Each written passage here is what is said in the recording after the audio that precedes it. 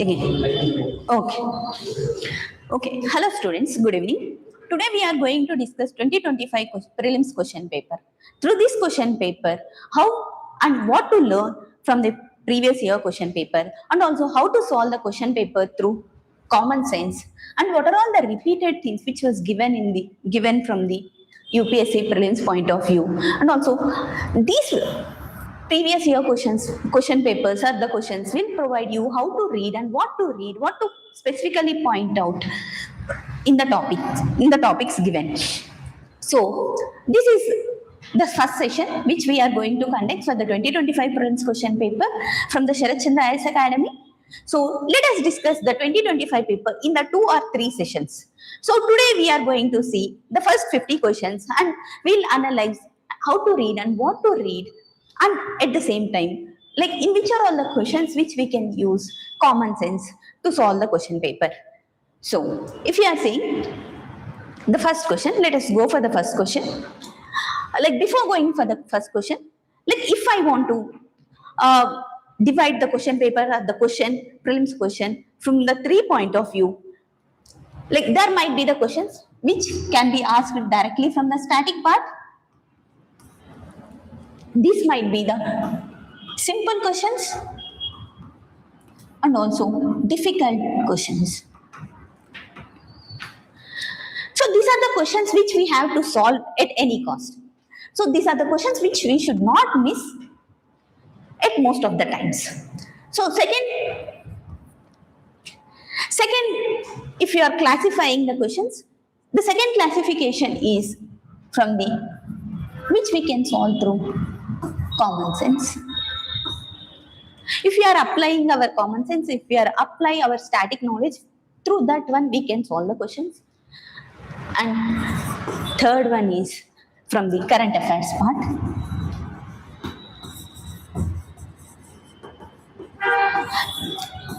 In this current affairs, we can apply the static knowledge and the common sense which we can solve. These are the easy topics, easy questions, and within this one, the second one is difficult one, or otherwise I can say most of the time it is mostly difficult questions, something like related to sports. These are the questions which are most difficult questions. Here we have to target the easy ones in both the static part and also the current affairs along with our common sense, so that we will easily clear the exam. So these are the types of questions which, if I want to classify the question paper into 3 sections. So here the static part, like most of us we have read the static part. So we have to revise and re-revise the static part, and within that static part if we have to revise that specifically to prelims, we have to analyze the previous year questions so that we'll able to easily revise the questions. Easily revise the static part from the standard sources. So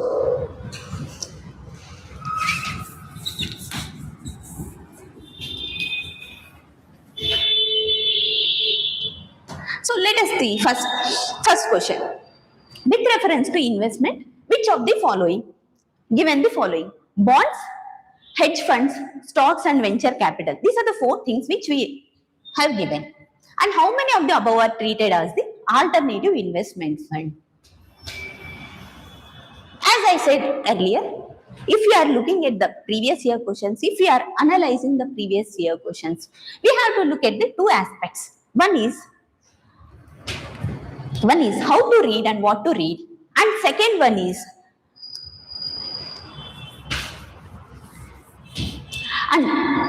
we have to look at the previous year questions. Previous options given below. We have to study the options given below, and also we have to look at the possible questions that might come in future or next exam. So how many of the above are treated as an alternative investment fund? Here in this question, we have to know what is alternative investment fund. So this alternative investment fund, what is the alternative investment fund? This we have to learn. And second one is, what are the bonds, what are the stocks, and what are the hedge funds, What is venture capital? These are all the things which we have to learn from this question. There is no need to go in depth into the question, and we have to do research like activity for the bonds or stocks. We just have to know what is bonds and what is stocks, who regulates that one. These are the basic understanding and basic things we have to do. There is no need to go in depth and spend like 1 hour, 2 hours only for the bonds or only for the stocks. Just look at what is bonds and what is stocks from your standard book. And also, what are alternative investment funds? This is how we have to analyze the previous year questions. One thing is what to read and how to read, and second one is we have to look at and understand the options given in the question. So here, the question says alternative investment fund. So alternative investment fund. What are alternative investment funds? Other than equities or other than traditional investment methods, we consider it as an alternative investment fund. So here bonds and stocks are traditional investment methods which is regulated by the Security Exchange Board of India. And the hedge funds and venture capital, these are high risk investment options which was most of the times invested by the wealthy individuals. So alternative investment funds are highly risk and other than the traditional investment fund. So venture capitals and hedge funds are the alternative investment fund. Bonds and stocks are traditional investments options. So the option is B, only 2. So here we have to look at what are bonds. Bonds are kind of debt instruments. Stocks are kind of equity investments, or they are the shareholders. And these are alternative investment funds also regulated by Security Exchange Board of India. There are 3 types of alternative investment funds which you have to read. There is alternative investment fund 1, type 1, type 2, and alternative investment fund type 3. These are the 3 types which you have to read. What are the different types of investment?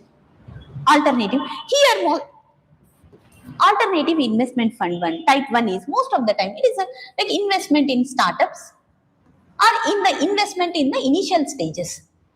So this is venture capitals. So other than type alternative investment fund type 3 and type 1 is considered as a type 2. And again you have to read what is alternative investment fund type 3. So this is how we have to analyze, and you have to look at the previous year question paper, not just looking at the question and solving the question paper. So you have to look at and read the options given, and you have to prioritize the options and to the specific 1 or 2 information. And second question, which of the following are the sources of income for the Reserve Bank of India? Here the question asked about the sources of income for the Reserve Bank of India. What is Reserve Bank of India? Reserve Bank of India is a central bank.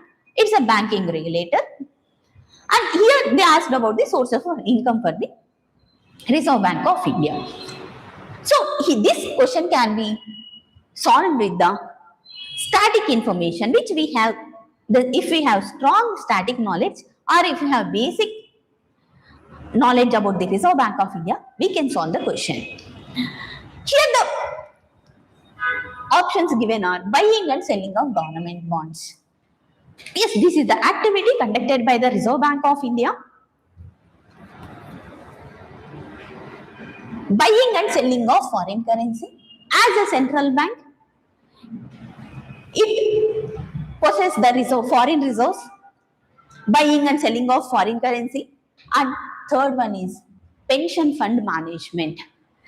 Like, is there any function related to pension fund management for the central bank? No, it is not the pension fund management. RBI will not oversee the pension fund management. So, even if you don't know whether the pension fund management will earn income for the RBI or not, but we definitely know pension fund management is not an activity of central bank. So it will not earn the income for the Reserve Bank of India. Lending to the private companies. Like, will the RBI will give loans to the private companies? No, it will not give directly loans to the private companies. So second one is also not possible. It's not an activity of basic activity of central bank. And printing and distributing of currency notes. Yes, it is an active printing and distributing of currency notes is an activity of central bank. So if you are seeing the correct answer given, if you are selecting the options given, third and fourth are, it's not specifically, they are not the activities of bank, central bank. So if you are eliminating third and fourth from the options, we are done with 1, 2 and 5. Yes, buying and selling of government bonds will earn the income for the RBI. And then buying and selling of foreign currency will also earn the income for the RBI. And printing and distribution of currency notes. This is known as seigniorage. The term is called seigniorage. So, if you are seeing this question, if you want to analyze, we have to look at what are all the functions of central bank and what are all the income options for the Reserve Bank of India and what is their terminology is called as. Here we have seen printing and distribution of currency notes is known as seigniorage. It's called as seigniorage. So this is how we can use our static knowledge to solve the question. And also we have to analyze this question. So the student should have strong knowledge on inflation and the basic economic activities conducted in the economy. So, yes, if you are seeing that one, RBI earns money through the open market operations.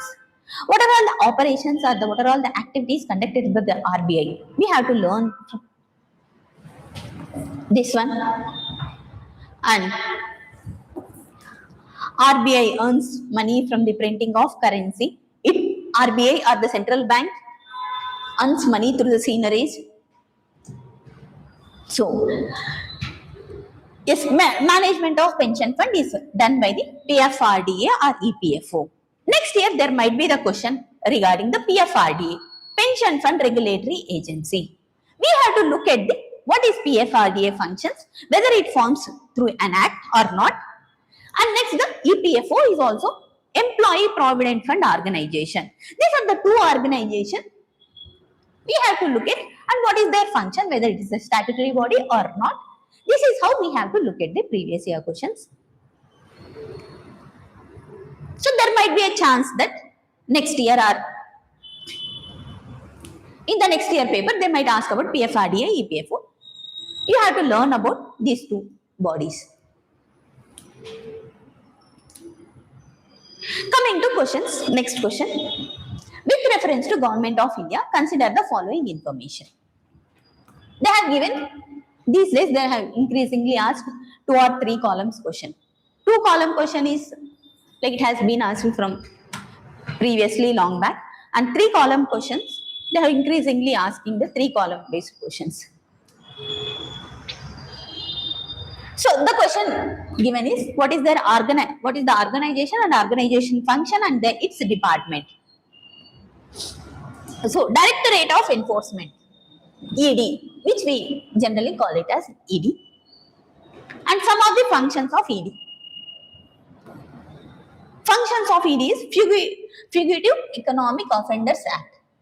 It functions according to that act. It works under the Internal Security Division of Ministry of Home Affairs. They have given this if you know ED and Directorate of Enforcement, which oversees the Fugitive Economic Offenders Act or is crime related to money matters or financial matters. It oversees the crime related to financial matters. It works under the Enforcement Directorate, works under the Ministry of Finance. So not under the Ministry of Home Affairs. Here the first option or the first row is wrong.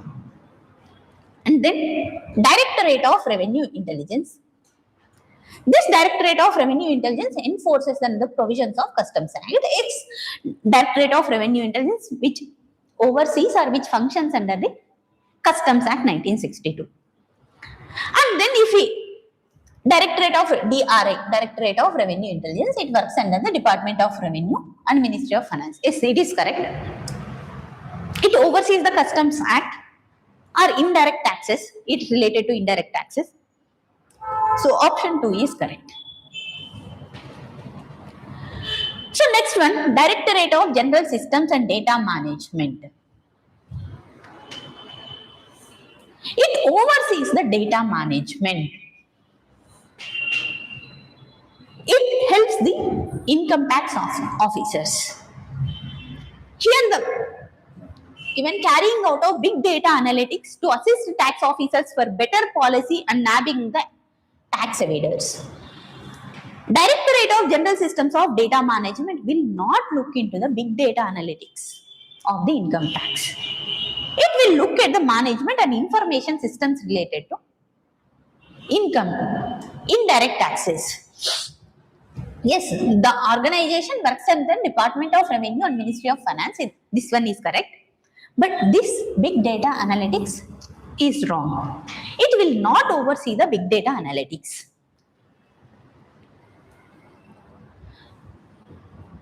So here, Directorate General of Analytics and Risk Management.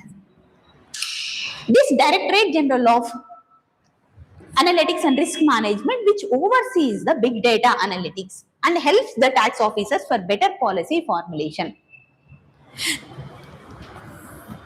Here the Directorate General of Systems and Data Management, which helps in the management of information related to GST and central excise to enhance efficiency, transparency and ease of doing business. It works under the Central Board of Indirect Taxes and Customs. So students, recently DGARM, Directorate General of Analytics and Risk Management. This has been formed by the government under the Ministry of Finance to oversee or carry out the big data analytics to find out the tax evaders and better help the tax policy or tax monitoring. So this is the one DGARM which oversees the analytics and risk management, oversees the big data analytics, whereas the Director General of Systems and Data manages the data related to Central Board of Information, Central Board of Indirect Taxes and Customs, and the major function is it oversees the information related to goods and services tax. So here we have to look at what are all the departments and what are all the organizations that functions under their departments and their ministries. Here the Department of Revenue is under the Ministry of Finance. First, there is a multiple department. There is one organization. Within that organization, there are multiple departments, and these multiple departments comes under the one larger ministry. So, if an organization is there in the news, we have to look at what is the department which handles that organization. Within that department, we have to see what is the ministry under which that department comes. So this is how we have to look at. So these three might be in the news in the last year. So not just solving the questions and reading the paper. If one department or one organization is in the news recently, then we have to look at which ministry handles that department. So this is how we have to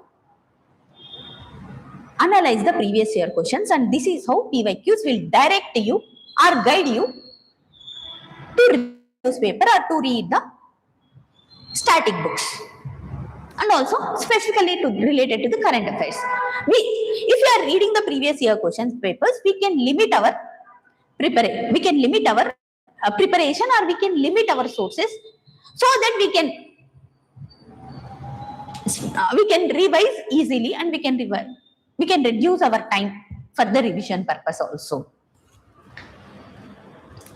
So this is again the question which I'll say which we can solve through our common sense. If you have not read current affairs also, Yes, current affairs reading is very important.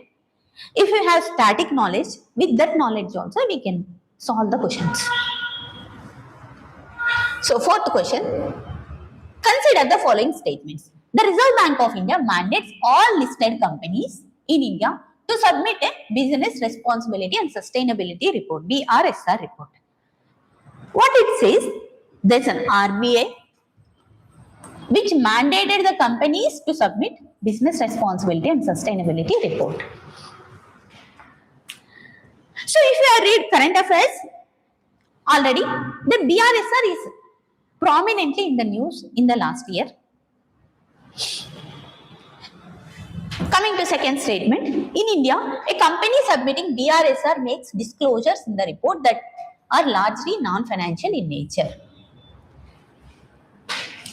So RBI will not mandate the companies to submit a report. RBI can mandate banks to submit the report. Most of the time, RBI will not mandate the companies. RBI is a banking authority, banking regulatory authority. So it will not mandate the companies to submit the BRSR. If companies are regulated by Security Exchange Board of India. If companies are mandated to submit a report, it might be from the Security Exchange Board of India, not from the RBI. If we know this thing, the first option is incorrect. And if you are observing the terminology of business responsibility, sustainability report terminology, it will say it is largely in non-financial nature. Then the second one is correct. So, option is B, second one is correct. So students, like if a organization is asking the companies or banks to submit a report, then we have to read that report, not the report means like the current affairs. We have to read that current affairs and what is that report is about. This is how we have to read the question paper, read the current affairs according to, like if, for example, PFRDA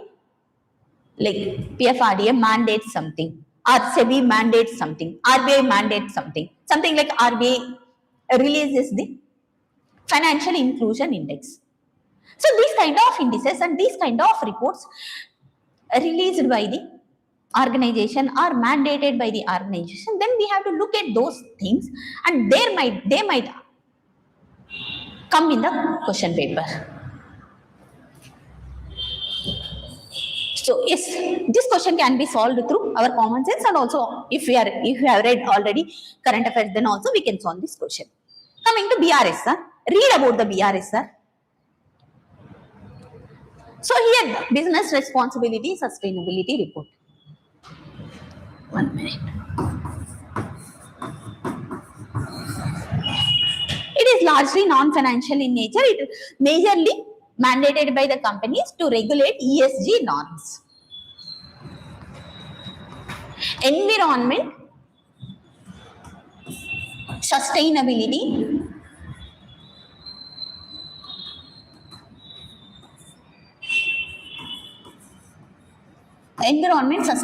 and governance. For the controlling ESG norms, SEBI has mandated the companies to release BRSR report. So read about the BRSR report, like what is it about. So, and also what are the functions of Security Exchange Board of India, and what are the reports released by the SEBI. And SEBI also protects the minority investors. Not minorities, minority investors. It takes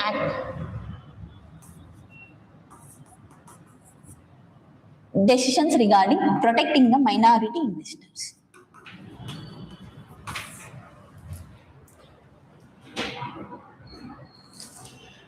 So read about SEBI, read about RBI, functions of RBI, what are all the indices released by the RBI. This is how we have to analyze the previous year questions and look at the PYQs.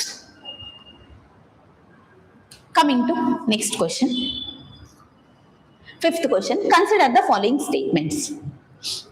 Statement 1 says, in India, income from the allied activities like poultry farming, wool rearing in rural areas is exempted from any tax. So here we can solve this question through common sense. Statement 1 says income from the allied activities. It is not saying agricultural activities. It is from the allied activities like poultry farming, wool rearing in rural areas is exempted from the any tax. So any tax, if you have exempted any tax, it's very difficult for the exchequer to get the revenue from the large dairy activities or dairying activities. Or else we can know like any tax, how can, there might be some small villages where we can, through local tax also, they might tax the poultry related activities. So the statement says it is very extreme statement. Most of the time these extreme statement might get wrong. Yes, agriculture is exempted from the income tax in India. But agricultural allied activities like poultry farming, wool rearing or dairy activities, they are not exempted from the tax. So, first statement is wrong. Coming to second statement. In India, rural agricultural land is not considered as a capital asset under the provisions of Income Tax Act 1961.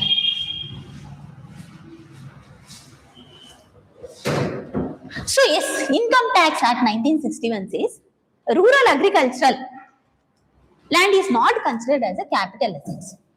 If we are considering it as a capital asset, then we have to tax it. Government will tax that capital asset. As per the Income Tax Act 1961, this rural agricultural land is not considered as a Income Tax Act 1961. So here the question can be solved through common sense. That is the one thing which we can get. And second one is you have to read about the whether the agricultural activities or the agricultural, what are all the agricultural allied activities that comes under the tax, and read in brief about the Income Tax Act, what it mentions and what it exempts. This is how we have to analyze and we have to look at the PYQs, not just solving the PYQs. So if you are looking at statement 1 is not correct, just statement 1 is not correct, which we know, if we know, we can eliminate and we will get the answer. Statement first option says statement 1 and statement 2 are correct. So as we know, statement 1 is wrong. And coming to option B, both statement 1 or 2 are correct. Then also this is also correct, not correct. And C statement, C option, statement 1 is correct. So this is also not correct. Here option D says statement 1 is not correct. So if you are trying to eliminate this extreme statement, then we'll get the answer. So this is how one thing we can solve through. Again, I'm saying one thing, this question can be solved through common sense. And second one is how we have to read. You have to read and go through about the Income Tax Act. Basic things about the Income Tax Act. Not just reading means like there is no need to go into depth of that. We have to just broad provisions. If you are reading or analyzing the previous year, don't spend more than 5 minutes on one option.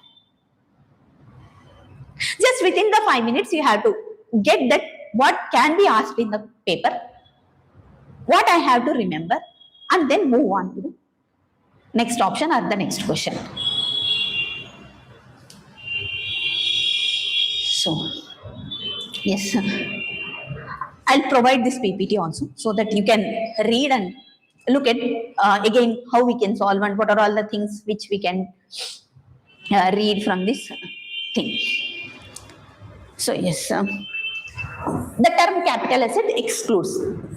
Income Tax Act says agricultural land in India is excluded from the capital asset terminology or capital asset definition. So, yes. Coming to next question. Yes, again I am saying like what if you are looking at the previous year question, there will be two things which we have to not just solving.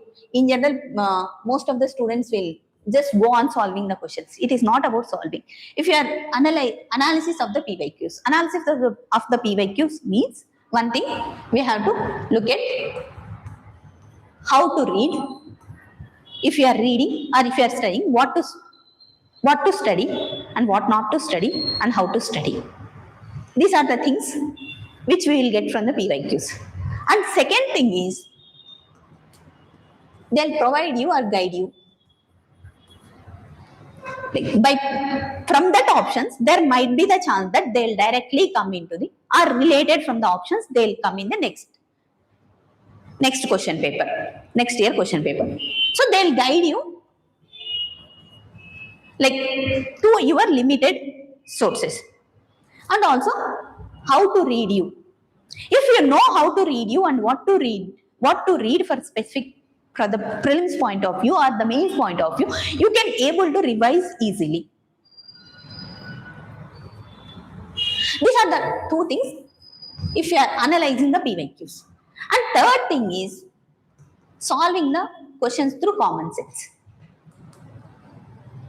So this is not part of the analysis of the previous year. This is the part of like your learning from the PYQs. So these are the things that you have to see. Coming to sixth question. Consider the following statements.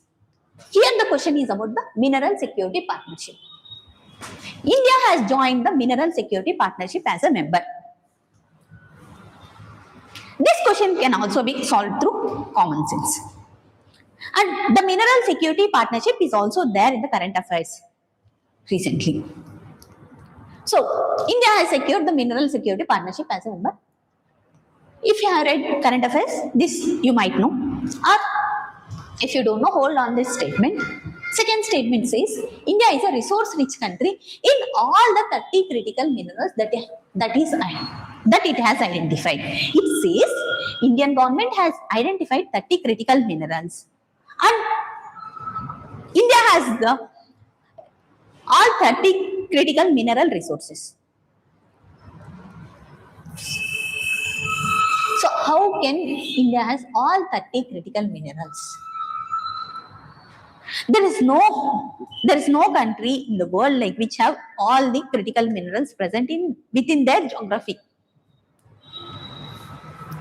So it is an extreme statement which we can eliminate. So let us look at the options. As I said, this question can be solved through common sense. If we are eliminating the statement given to, we'll get the answer.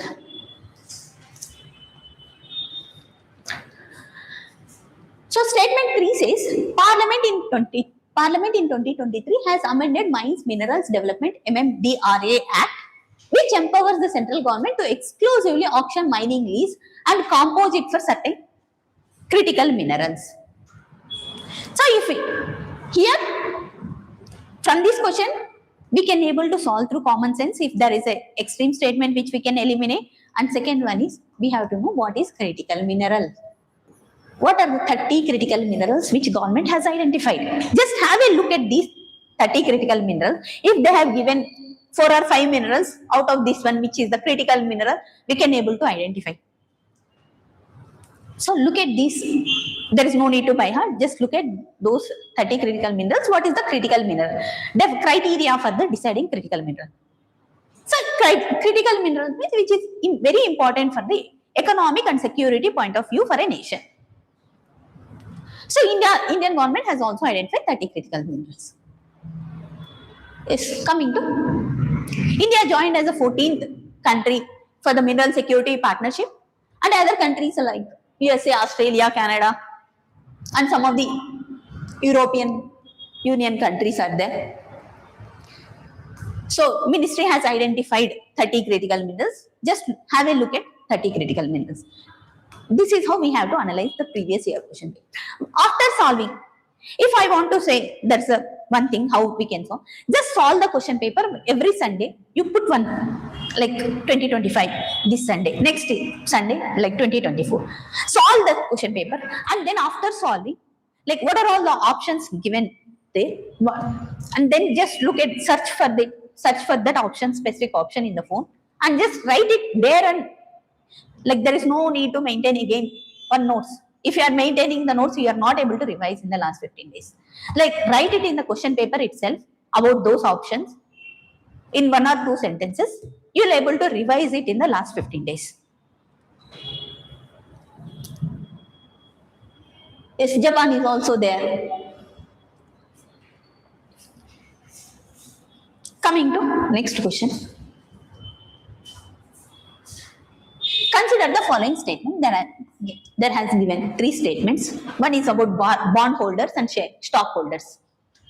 As regards to returns from an investment in a company, generally bond holders are considered to be at a relatively lower risk than the stockholders. What is bond? What is stock? Bond is a kind of debt instrument where the company owners has to pay some amount of interest every like repeatedly for a specific time. They have to pay interest to the bond holders. Whereas the stockholders, here they are holding stocks. It means they are part of shareholders. They are the owners. They can take part in the decision making, and they'll get the money if the company earns profits.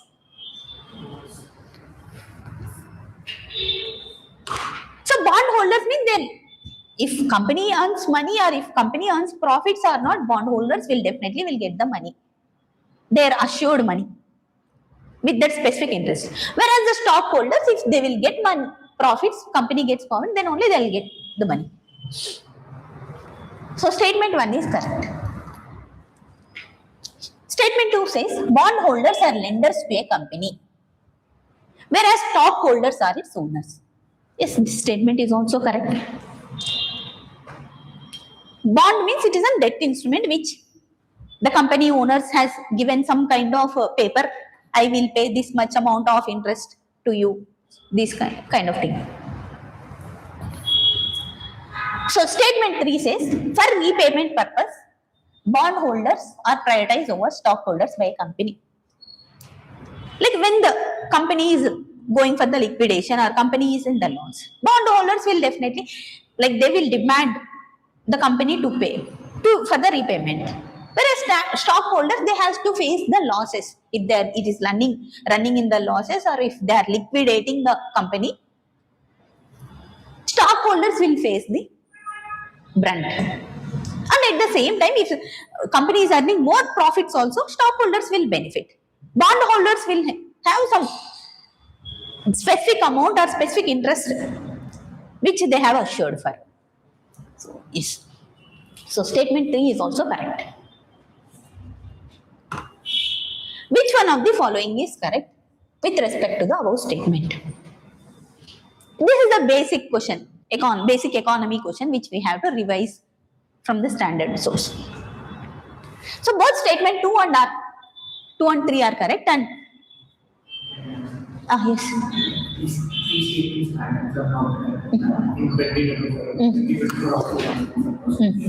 So, like how after reading that statement in the options, we can see the statement 1. Second option. Both statement 1 and 2 are correct. Statement 1 is like how we have to approach. I'll tell you. Yes, how we have to approach the 3 statement question. Like there is a basic thing, like there is the steps. First, look at the 3 statements. Look at 3 statements, whether they are correct or not. First, you have to see it, whether they are correct or not. The statement seems correct to you or not. Independently, you have to see whether these statements are correct. Third step. Second step, what is the cause or what is the consequence? ఏది reason అవుతుంది, ఏది basic independent గా correct అవుతుంది. Whether they are independently correct or first correct అవుతున్నాయా లేదా, and then whether they are independently correct or whether there is an relation between them. First whether there is a relation between them, correct, whether they are correct or not, first correct అవుతున్నాయా లేదా, whether there is any relationship between them. Or third point, what is the cause and what is the consequence, దేని వల్ల ఏదవుతుంది.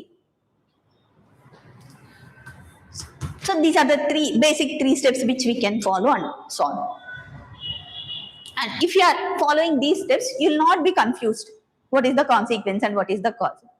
Basically, cause and consequence difficult ekkada ostundante geography related questions lo vastundi. What is the cause? What is the consequence? Avi independent related avutaya leda dependency unda dan paina. So these three steps follow. First, correct avutunnaya, whether there is any relation undi ante what is the cause, what is the consequence.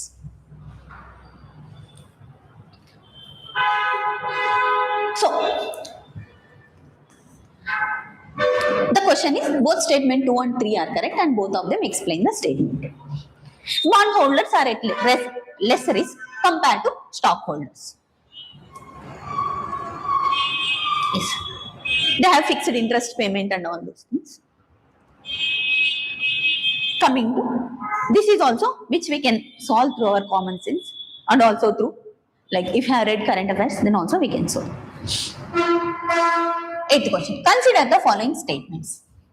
India accounts for a very large portion of all equity option contracts traded globally, thus exhibiting a greater boom.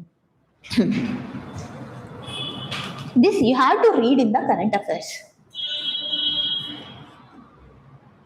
Otherwise also you should not leave the question as it is. You have to read all the statement, apply your common sense or apply your static knowledge. Here the common sense means nothing but your static portion or static knowledge. Second option says, India's stock market has grown rapidly in the recent past, even overtaking Hong Kong's past at some point of time. It says the stock market, Indian stock market, is expressing very boom and that has overtaken Hong Kong also. Both statement 1 and 2. Statement 3 says, there is no regulatory body to warn the small investors about the risk of options trading or to act on unregistered financial advisors in this regard. First thing says, India is the largest stock market. It says, and it's the fourth largest economy. India economy is not just small, it is the fourth largest economy. It is going, like it has overtaken Japan also. Then how can this large economy did not have any regulatory authority with specific to the stock market? You can remember SEBI also.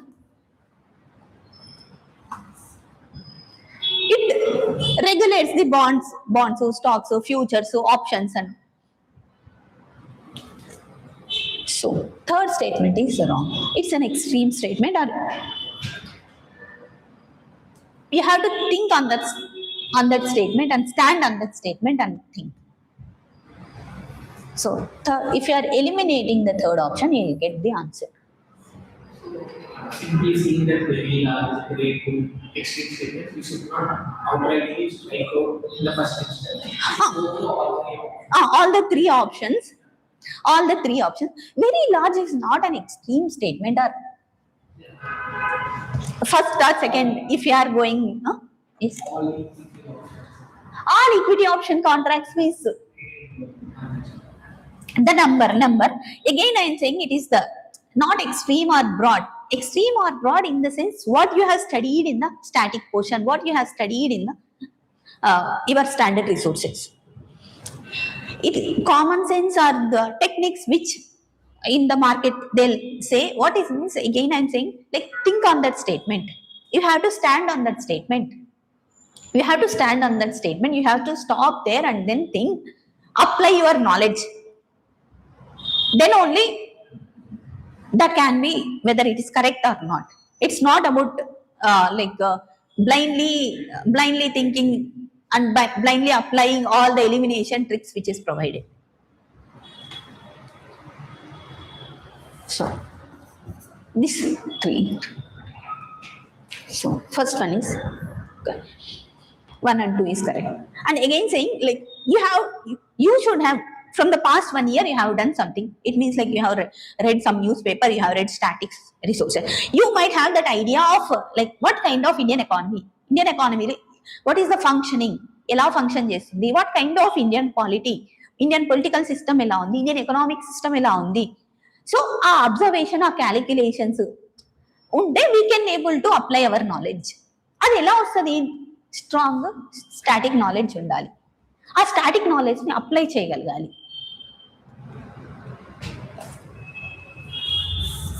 So don't follow the tricks and tips which is provided by the like topper gaani like the market lo unna, don't blindly follow them. You have to stand on that statement and think. Yes, in 2024 India became the fourth largest stock market, even overtaking the Hong Kong. SEBI is the one which protects the investors and also it regulates the options and futures and also bond and debt stockholders. Here, as I said, what is the cause or what is the consequence? We can apply. Consider the following statements. Statement 1 says, circular economy reduces the greenhouse gases. We have to read what is circular economy. Yes, the statement is correct. It reduces the greenhouse gas emissions. The statement is correct. Statement 2 says, circular economy reduces the use of raw materials as inputs. If you know circular economy, it is like reuse, reduce and recycle. The basic 3. There is also 5 R's also there. Refurbish. Statement 2 is also correct. Circular economy reduces the waste in the production process. Production process lo waste ni taggistadi. So independently these 3 statements are correct. And what is the consequence? Yes, it reduces the greenhouse gas emissions. How it will reduces the greenhouse gas emissions? Reducing the materials as inputs. Materials as inputs, like during the process or during the mining, they will produce, if you are again and again using the steel, the product, the need for the coal or need for the new material will reduce. It means like mining will reduce. Statement 2 is correct and it results into the statement 1. Statement 3, circular economy reduces the wastage in production process. Production process like will reduce wastage.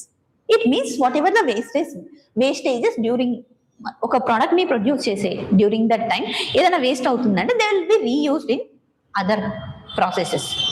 So this will also reduce the production green house gas. అంటే already produce అయ్యి waste అవుతున్న దాన్ని again we'll get back in to that production సైకిల్లో చేస్తున్నాం. So that also reduces the green house gas emission. It means that ఆ waste product produce అవడానికి some amount of green house gases emit అయ్యి ఉంటాయి. So ఆ waste product ని again you are reusing that one or again using that waste product in some other form lo use chestunna ante it will also reduce greenhouse gas. This will also result in statement 1. Then both statement 2 and 3 are independently correct and they are also cause for the reducing greenhouse gas emissions. Yes. Here, like read about what is circular economy, but how many types of R's, like how many R's are there? 5 or 6 are. Yes.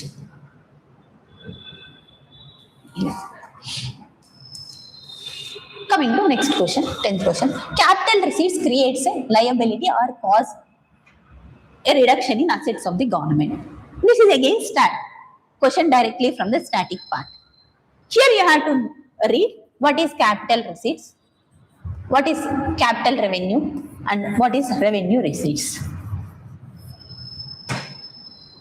within the budget. So capital, what is capital? Capital is a two-way transaction. A revenue is a one-way transaction. So capital assets creates a liability. Capital receipts creates a liability or reduction in the capital assets of the government.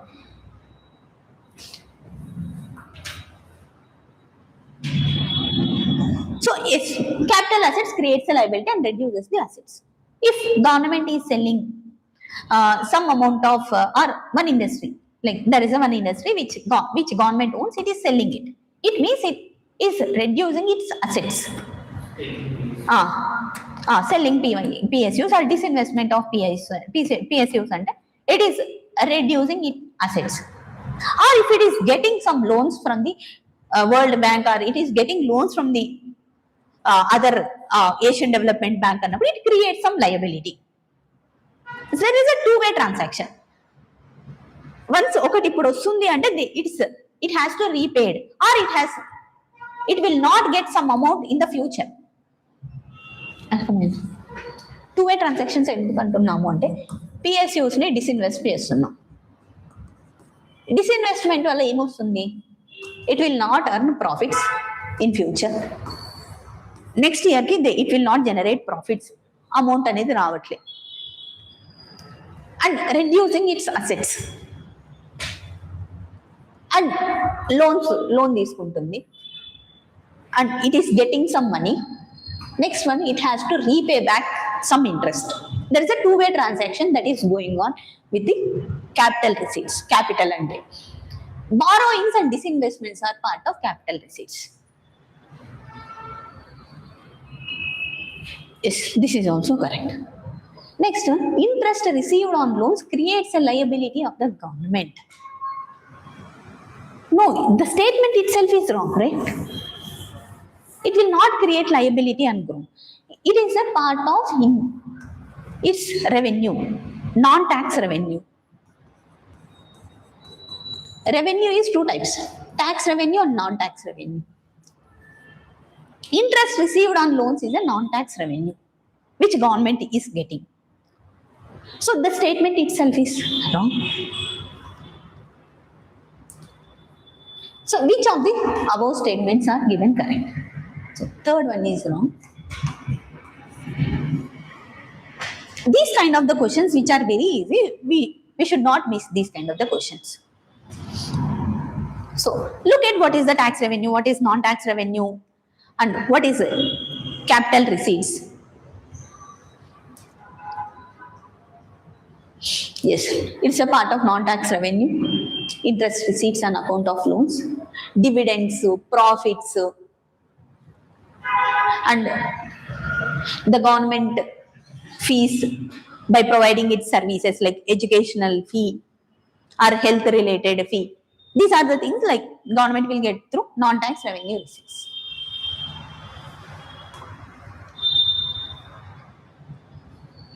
Here, most of the time, like if they are giving about our leaders, freedom fighters, they'll give positive statements only.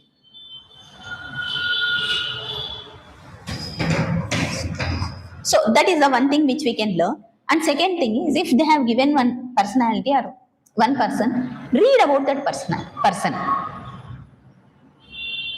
What are the prominent features? What are all the books he has written? What are all the organization he has formed? Or what are all the organization he has participated? Consider the following statements about Raja Ram Mohan Rai. He possessed great love and respect for the traditional and philosophical systems of the East. Yes, he promoted the rational thinking, he promoted the scientific thinking. So he possessed great love towards traditional philosophical systems of the East. Second statement, he desired his countrymen to accept rational and scientific approach and principle human dignity. That's how he took actions against the sati.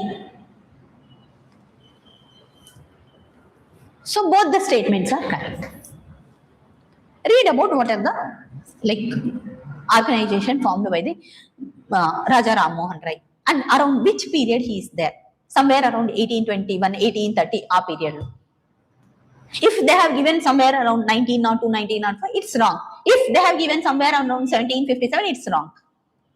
So read about what is the approximate time period which he has present, which he is present, and what is the organization he is part of.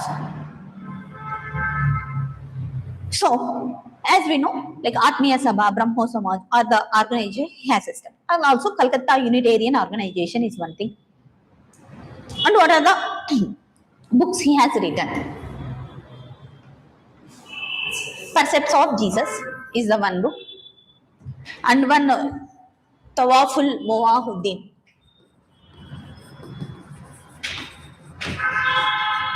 Mowahuddin. And there is two newspaper he Miratul Akbar, which is a Persian weekly, and there is one another Bengali weekly. So these are the two newspaper he published. So just read about him. If they are asking like time period also, there is we have to solve this question because it has been asked in the previous year question related to Rajaram. And A Gift to Monotheist is also a book, and Percepts of Jesus.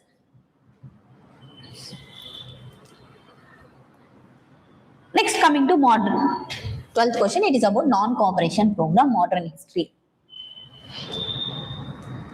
So you have to remember the basic timeline for the events which has happened, and approximate time period of major leaders. So non-cooperation program, boycott of law courts and foreign cloth. Yes, it is there. Observance of strict non-violence. It is there. It's the first time Gandhi, major program of Gandhiji. So strict non-violence is there. Retention of titles and honors without using them in public.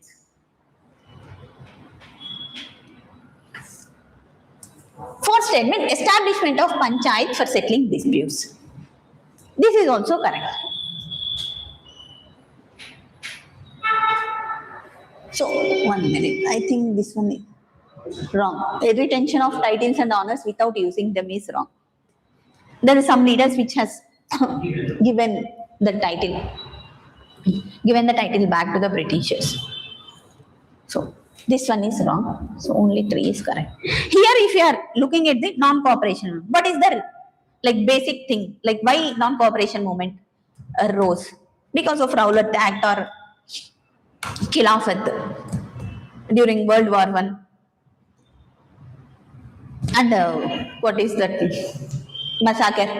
Jallianwala Bagh massacre. These are the reasons that led to the non-cooperation program.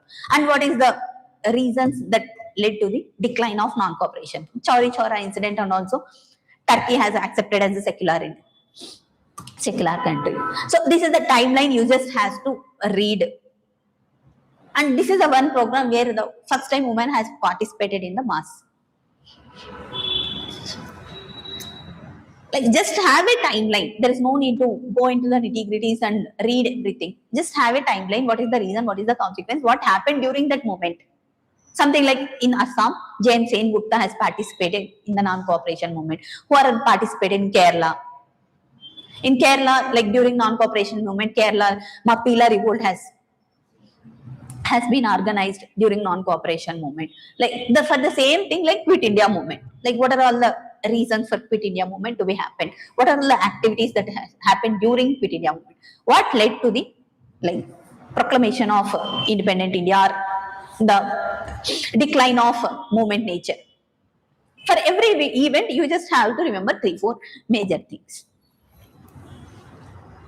It's first time in 1920, Gandhiji entered an organized non-cooperation program, and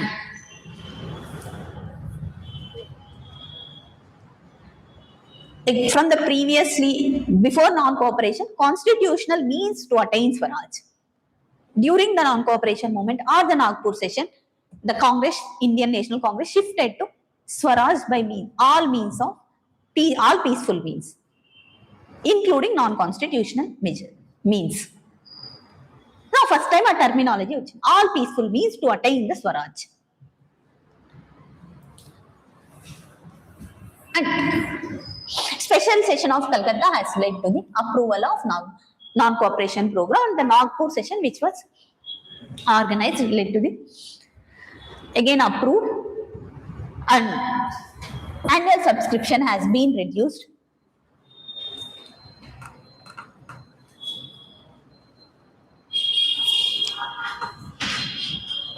So, and again during the non-cooperation movement itself, they have formed during 1921. Jamia Millia has been established, and some other educational institutions like Bihar Vidyapeeth, Kashi Vidyapeeth has been established. These are the events that happened during the program, during the event.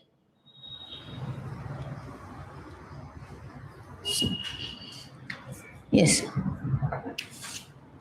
Next question. The irrigation device called Araghatta was Stabiravada, like ancient terminology has been sometimes repeatedly, the same thing has been Stabiravada or Stabiravadins has been repeatedly asked. Immediate exams, somewhere around 2019 and 2020. So we have to know the terminologies that has been already asked. So Araghatta, they might ask next year also. Araghatta is related to, it's a large wheel with earthen bars tied to the outer ends of spoke. It is majorly during Chola period or the ancient South Indian kingdoms period. So Araghatta means it's a parts tied to the end of that wheel. And sometimes they will move with the bullock carts. Araghatta. Coming to these kind of questions, there is no common sense which can be used directly for the history part. There is a facts, and that we have to, whatever previously they have asked, we have to limit our preparation to that part, so that we'll get high cost benefit ratio. Who among the following rulers in the ancient India assumed the title Matta Vilasa, Vichitra Chitta and Gunabhara? Matta Vilasa and Vichitra Chitta is there in the NCERT Fine Arts book. Gunabhara is not there. Gunabhara is something who has high values or high guna. Guna means values. So Matta Vilasa, Vichitra Chitta and Gunabhara. Mahendra Varman 1. It is there in the Fine Arts. Then we have to, if we are analyzing the pages, we have to read more about the Mahendra Varman 1. And again, Simha Vishnu, he is the founder of, re-established the Pallava dynasty by defeating the Kalavaras. During medieval period, majority of the portion of South India is ruled by the Kalavaras. So he defeated the Simha Vishnu has defeated, and he re-established the Pallava kingdom. Narasimha Varman I, son of Mahendra Varman I. Then Simha Varman, he is the later period ruler. So just read about what is about Mahendra Varman I. He is also called as Chetakari. Chetakari means who built temples. And he is also called as Mandagapattu inscription says about his great poet and great musician. And coming to Narasimha Varman I, he is the son of Narasimha Varman I, and he defeated Pulakesin II.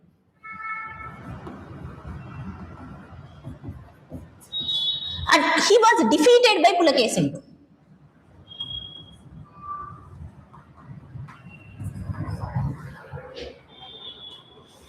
Mahendra Varman was defeated by Pulakesin II, and then to take revenge, he defeated Pulakesin II. So this happened at, there's no need to, but just Pullalur and Pulakesin II, this is Manimekalai. The place where the war was fought is Manimekalai. And Narasimha Varman was the one who started with the what we can say, temple architecture has reached its zenith during Narasimha Varman I. And he started, Mahendra Varman started rock cut architecture. So So just have a look at like these four things. This is how we have to, not just solving, we have to look at that one and we'll limit our preparation. And he has written Matta Vilasa Prahasanam, Chitrakara Puli, means a great painter also. Chetakari, who built various temples. One at Mandagapattu inscription is also there. Is Mandagapattu inscription says he has built temples of Brahma, Vishnu and Shiva. Means he started using rock cut temples. So this is how we can limit our ancient history related preparation. Whatever the options they have given, just read about that one along with your NCERT books. So, Fahin is a Chinese pilgrim, traveled to India during the reign of. It is direct question which is there in the NCERT book. During Chandragupta too. So read about like foreign travelers. And first read about Samudragupta. What is his role? He is called as Napoleon of India. And then Kumaragupta one, and then Skandagupta one, last major ruler Skandagupta one. And foreign travelers. Who are all the foreign travelers? Just have it like who are all the first? Megasthenes. Ancient India timeline. First Megasthenes, then Demachus. Megasthenes during Chandragupta Maurya. Demachus during Bindusara. Then comes first Chinese traveler Fahin. Then Huyinsang during Harshavardhana. Then comes 4 or 5 Itsing. Itsing after the death of Harshavardhana. He is also a Chinese traveler. So, just a timeline period we can able to solve. Huyinsang wrote, I think, Siyuki. One book is Siyuki. And again, repeatedly they are asking foreign travelers during Vijayanagara period. Ibn Battuta. So these are the travelers who came to Vijayanagara kingdom. And also you can read about the Kakatiya. Like already there, Marco Polo came to Kakatiya during Rudramadevi. So these are the things like repeatedly they are asking. And Al-Biruni also came during Delhi Sultanates, before initial stages of Delhi Sultanates.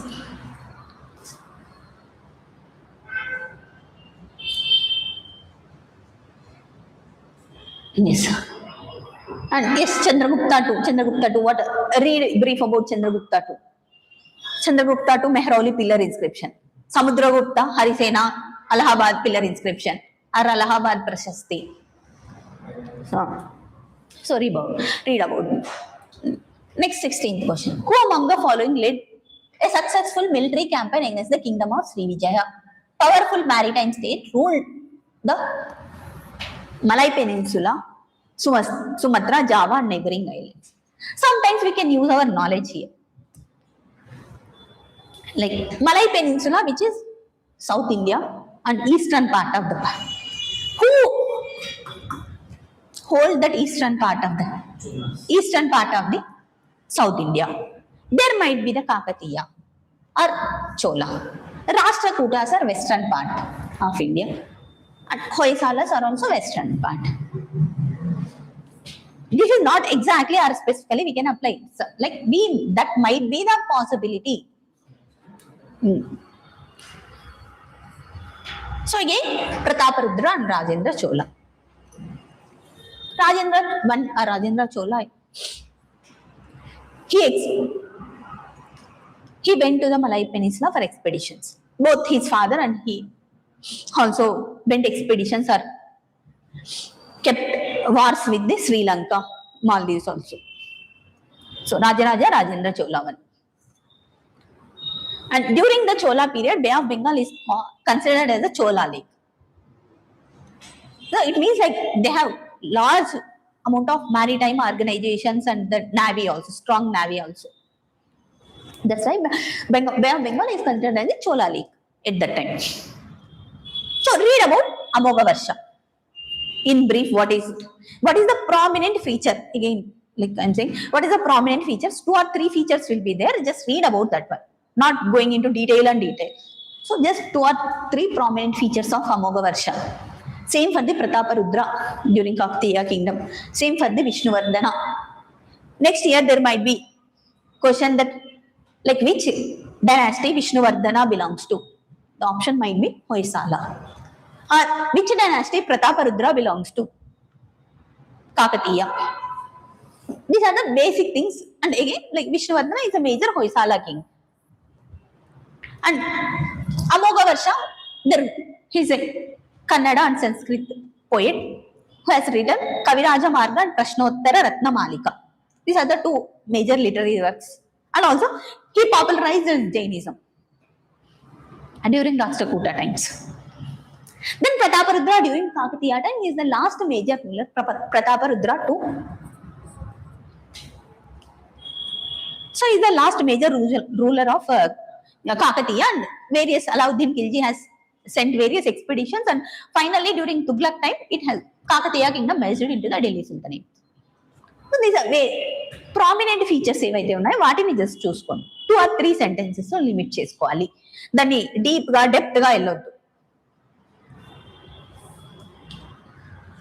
So yes, Rajendra Chola one, he also led expedition to Ganga Chola. It means like he crossed the Ganga river. And during Raja one, and he, I think 1010, like Tanjavur Brihadishwara temple, Chola architecture. So Chola architecture kuda brief ga chuskoవాలి. Next. So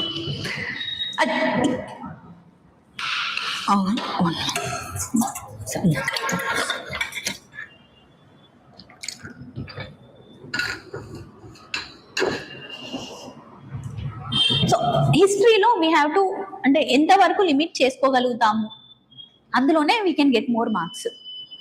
depth గా వెళ్ళే కొద్దీ అంటే చదువుతూనే ఉంటాము, will not get benefit from that, right? So limit చేసుకోగలం. ఎట్లా చేసుకోగలము అంటే PYQs వాటి ఆప్షన్స్ చూసి లిమిట్ చేసుకోవాలి.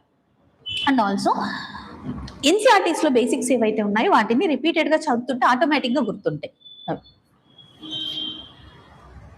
With reference to ancient India, 16 mahajanapadas, 16 janapadas ఏవైతే ఉన్నాయో వాటి మ్యాప్, ఆ మ్యాప్ ని గుర్తుపెట్టుకోండి అండ్ వాటి క్యాపిటల్స్ ని గుర్తుపెట్టుకోవాలి. So, territorial region and the river flowing in that region. Asmaka. Just remember that map which you have prepared or which you have seen in the book. Asmaka is somewhere in the South India region lo ostadi. Asmaka. Maybe Godavari region ayi undochu. Then Cambodia. Name Vipasa annaru. This Vipasa is also Bias river.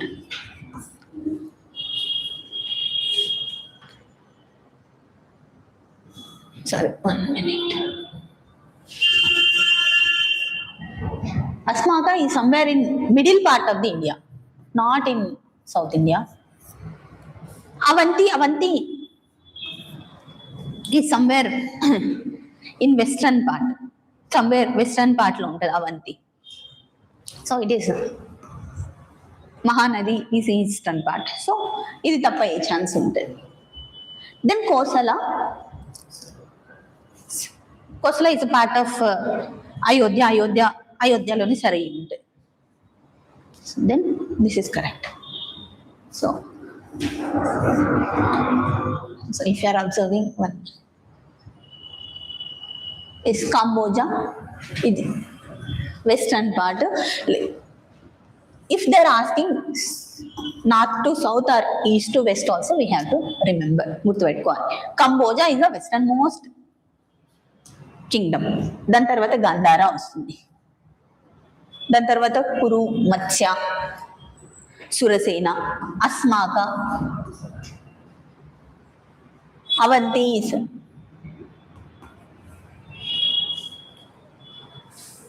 So Magadha has great competition with Avanti because of the resources they also have and the ambitious rulers between two of them. So Rajagriha, Magadha headquarters, Chedi.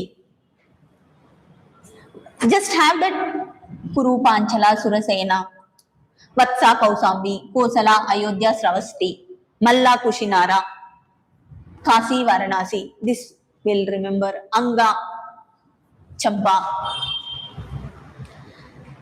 So including capitals kuda guర్తుపెట్టుకుంటే we can able to eliminate or we can able to easily identify that. Yes. Asmaka, Godavari, and then Cambodia is region located in northwestern part of India. It's part of modern day Afghanistan. Modern day Afghanistan, which is not Afghanistan, lo Bias River is not, it will not flow. So it the Avanti Mahanadi, it's also wrong. Avanti is Ujjain, eastern part, sorry, central India, and it is located in the east side, western part. Koncham. Chedi is the middle lo untadi.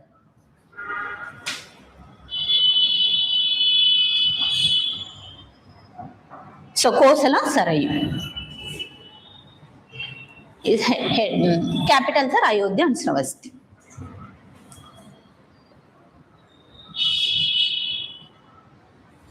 So ikkada man time period and a brief time period of pottery ela evolve ayindi. Some first red ware ochindi, then black ware, then painted grain ware, then northern black polished ware. So oka pottery evolution, ఇటువంటి evolution just brief గా evolution అన్ని ఈ టైంలోనే evolve అయినాయి అన్నది అవసరం లేదు. ఒక evolutionary time line and the same with the kingdoms కూడా. ఒక 5 మ్యాథ్స్ హిస్టరీ కూడా పెట్టుకోండి.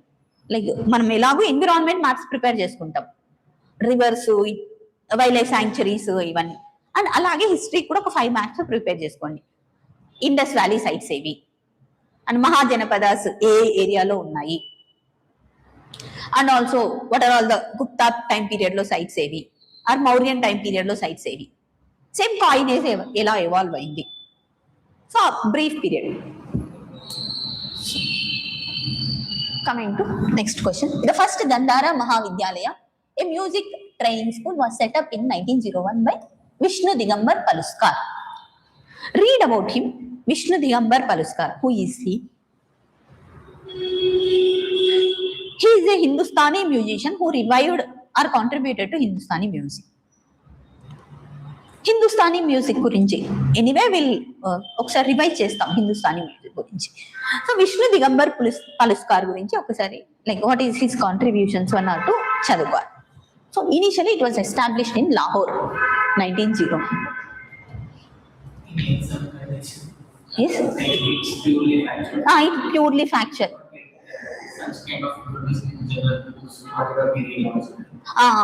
దానికి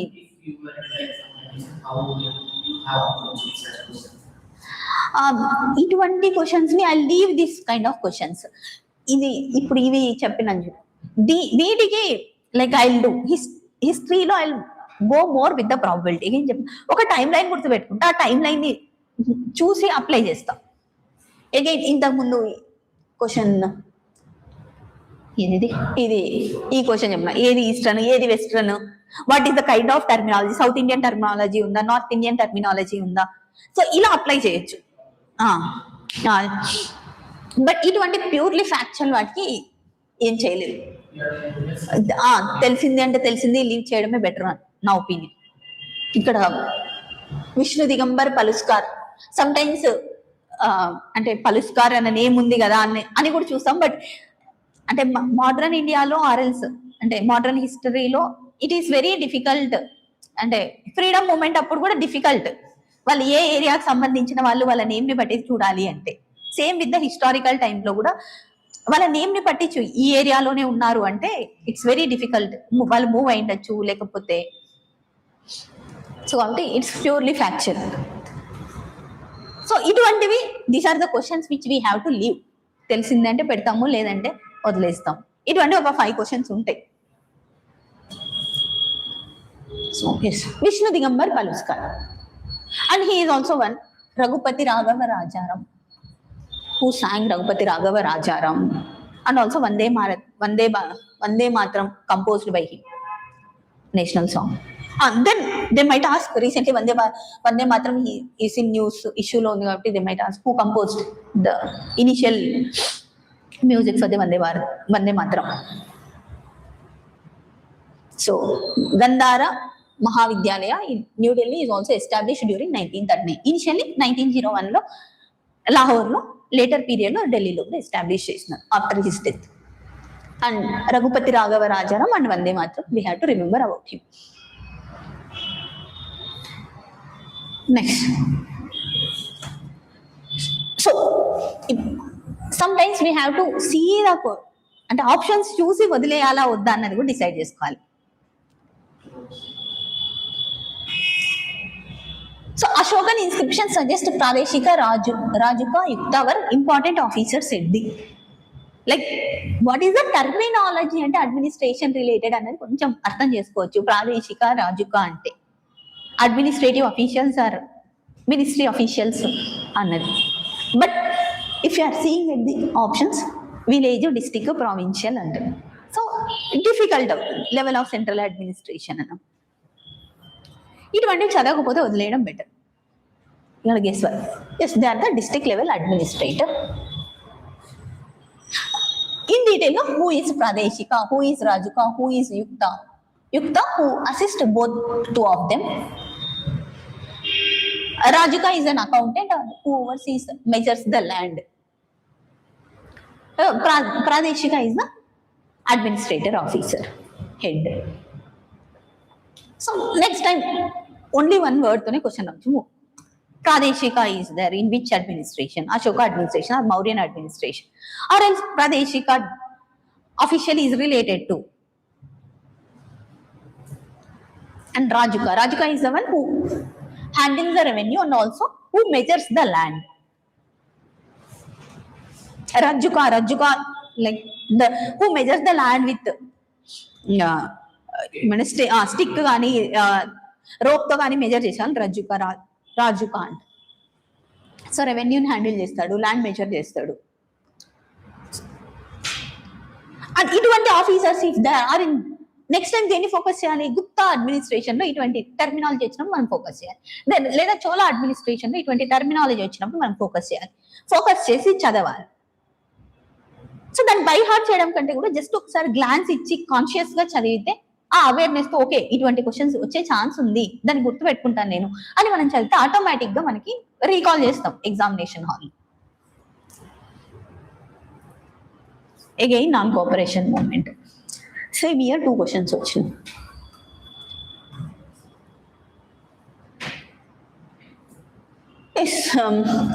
The Congress declared the attainment of Swaraj by all legitimate and peaceful means of its objectives. Yes, after coming Gandhiji, they declared it's all legitimate means, including non-constitutional measures also, or all peaceful means. So it was to be implemented in various stages: civil disobedience and then non-payment of taxes for the next stage. Only if Swaraj did not come within a year, and the government restored to repression. So yes, it was announced in the various stages. Law will follow that non-cooperation and announce చేసినారు. And it included the Muslims and also first time Muslims and Hindus has been included. Khilafat non-cooperation movement. So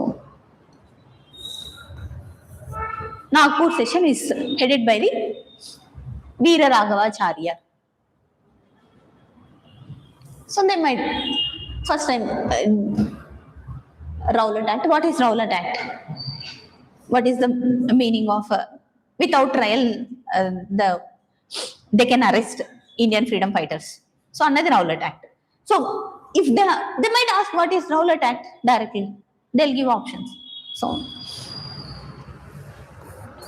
women started to picket liquor shops and for first time they participated in the mass number. Another కూడా గుర్తుపెట్టుకోవాలి.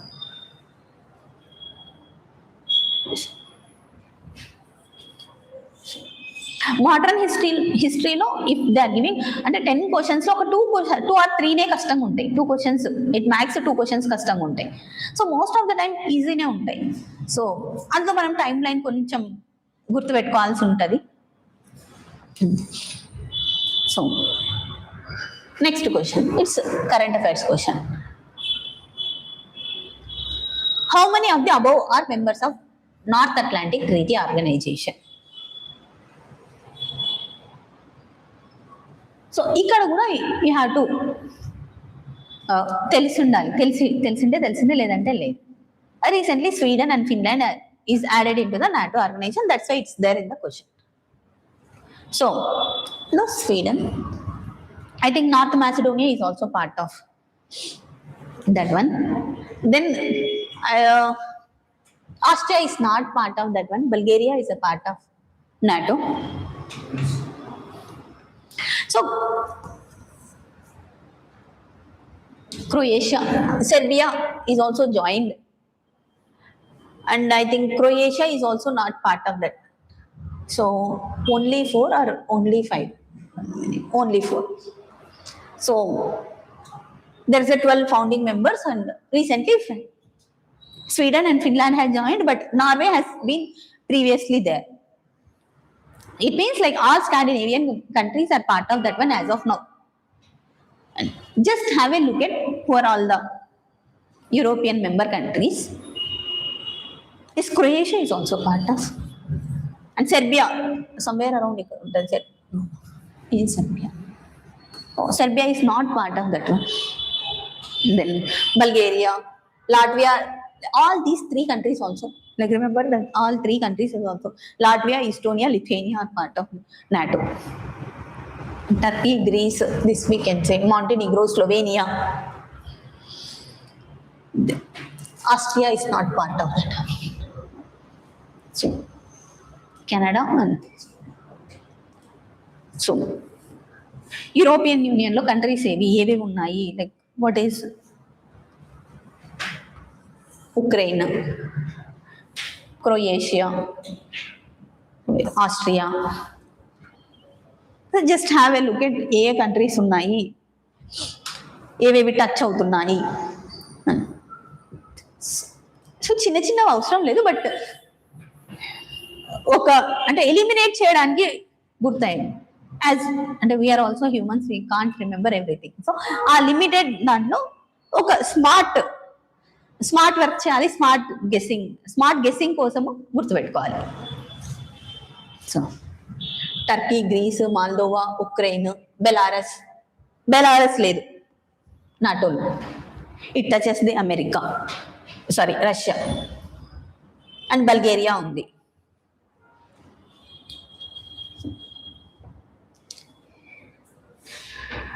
So ఇప్పుడు NATO చూసాము అంటే NATO countries లో European countries ఏవేవి ఉన్నాయి, and European countries లో ఏవి ఎటు సైడ్ వస్తాయి, which touches Atlantic, which touches Mediterranean sea అన్నది ఒకసారి అబ్జర్వ్ చేసుకోవాలి. Next consider the following countries. Andes mountains passes through which? How many of the above countries? First look at Andes mountains. Andes mountains A part లో ఉంటాయి, and what are the South American countries? And ఇక్కడ Andes mountains అన్నారు కాబట్టి what are the major mountains which is present in the world, overall world? అది ఒకసారి చూసుకోవాలి. The Paraguay is not the one. If you are looking at, so ఇలా వస్తుంది mountains.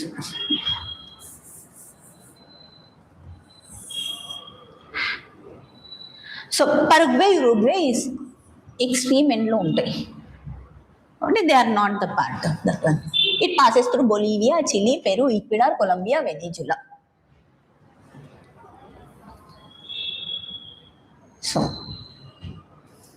and what are all the major mountains present in the world?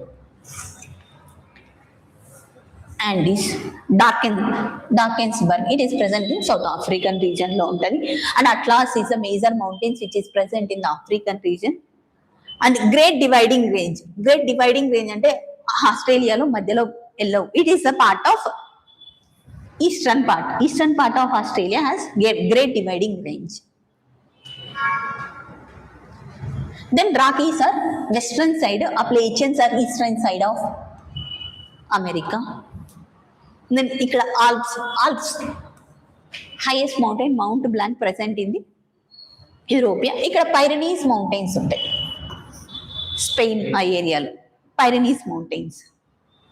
Then Altai mountains, again we know Himalayas, Urals are present in Russia, and Scandinavian range. So these are the major mountain regions.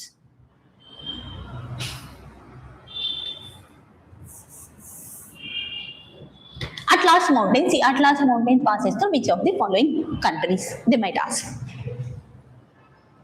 At Drakensberg mountain. ఒకసారి geography చదివేటప్పుడు different types of mountains చదువుతాం, block mountains ఏవి, folding mountains ఏవి, just గుర్తుపెట్టుకోండి. ఇక్కడ ఒకసారి మనం mountains చూసామంటే will remember what are the old fold mountains ఏవేవి ఉన్నాయి, Alps, Himalayas. So and these are also fold mountains.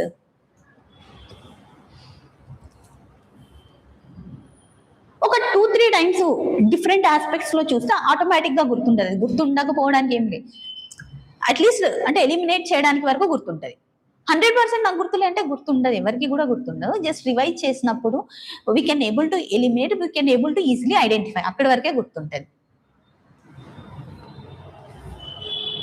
So ఇక్కడ ఒకసారి చూసి అగైన్ జాగ్రఫీలో రివైజ్ చేస్తున్నప్పుడు just observe that what are all the fold mountains, old fold ఏవి, new fold ఏవి, and what are all the block mountains. Atlas అయితే I think block mountains, Atlas mountains.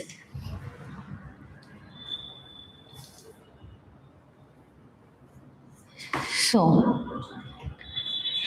ఇటువంటి questions including major mountains కాబట్టి ఇలాగో గుర్తుంటది మనకు. And NATO లేదా ఇటువంటి lakes ఇప్పుడు చూసిన క్వశ్చన్స్ లో 23లో this is third question which we can like mostly పెట్టడానికి స్కోప్ లేదు. If you know we know, if you don't know don't know. So there might be 5 to 10 questions ఉంటాయి అటువంటి. Consider the following water bodies: Lake Tanganyika, Lake Tonle Sap, Patos Lagoon. So just have the observation, A major lakes ఉన్నాయి world లో, and Lake Tanganyika is a part of. They might ask next time about Lake Tanganyika, which is the highest fresh water lake అని అడగొచ్చు. Lake Tanganyika and Zambia and Zimbabwe, like it borders between Zambia and Zimbabwe, ఇలా కూడా అడగొచ్చు. Sorry, Zimbabwe is island కదా, so 1 minute. It's a part of DRC, Tanzania and Democratic Republic of Congo, and it's also part of Burundi, DRS, and also part of Tanzania, Zambia. Okay, Zambia, Zimbabwe is part of that. So Tanzania and Zambia. They might ask question about Lake Tanganyika. It's a part of rift valley, African rift valley పార్ట్లో lake Tanganyika, lake Turkana, lake Chad, including lake Victoria is part of African rift valley. So lake Tanganyika గురించి just బ్రీఫ్గా చూడండి, and just have a look at lake Tonle Sap which is present in Cambodia. It's also part of Mekong river, Southeast Asia. And then Patos Lagoon is part of major lagoon in Brazil. Maybe that is there in news. So it is the largest lagoon in Brazil and the second largest in South America. Lake Patos Lagoon and Tonle Sap. And have a look at like major, what are all the major lakes present in the world. So ఒక 4-5 world maps పెట్టుకొని major mountains, major lakes and winds, hot winds, cold winds, ocean currents ఇవన్నీ draw చేసుకొని రూమ్లో stick చేసుకుంటే ఒక్కొక్కసారి revise చేయడానికి ఈజీగా ఉంటుంది లాస్ట్ మినిట్లో. So Caspian sea, it is also a lake. Lake Ladoga, Aral sea, lake Balkhash, lake Baikal is there in Russia. అది కూడా last year previous year question, lake Baikal. So ఇక్కడ lake Chad, lake Tana, lake Turkana, lake Victoria, lake Tanganyika, lake Nyasa. Oh sorry, lake Chad is not part of east African rift valley. Lake Chad is not part of East African Rift Valley. Lake Tana, Lake Turkana, Lake Victoria, Lake Nyasa, Tanganyika are part of East African Rift Valley. Lake Titicaca is present in Chile. Highest water lake, Lake Titicaca. So, how we have to ఒక question చూసినామంటే అందులో ఏం చదవాలి అన్నది రావాలి. So even ఎక్కువ time spend చేస్తున్నాము అన్నా కూడా it's okay. It is you are spending on PYQs.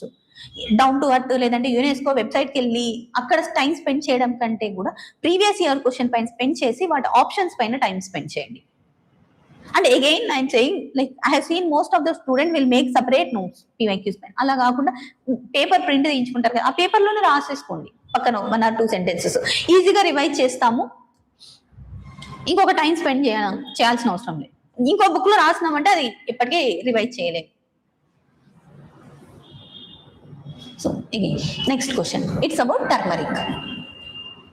Following statement given about the turmeric. India is the largest producer and exporter of turmeric in the world.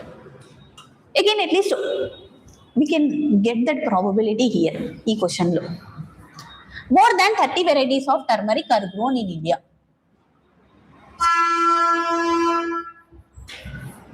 Third statement, Maharashtra, Telangana, Karnataka, Tamil Nadu are major turmeric producing states. So more than 30 varieties. They have not mentioned 20 na 30 varieties of turmeric are there, 40 varieties of turmeric, right? Like there is a lot many tribals in India, many tribal livelihoods are depend on various agricultural activities. So 30 varieties కాకుండా 40 ఉండొచ్చు, లేదంటే ఎన్నైనా ఉండొచ్చు varieties which we have not yet discovered. Andaman tribes Andaman లో కూడా grow చేస్తుండొచ్చు. we have not like specifically called the specific variety of turmeric till now. So second statement true అవుతుంది. So second statement true అయినప్పుడు we are reducing at least 1 option. మన ప్రాబిలిటీలో నుండి ఒక option వెళ్ళిపోతుంది. Then we have to see Maharashtra, Telangana, Karnataka and Tamil Nadu are major turmeric producing states. This is also correct. Then India is the largest producer and exporter turmeric, consumer also. So all the 3 statements are correct. Here you have to look at turmeric, like what in which kind of soil turmeric is growing. And major turmeric related information we have to see.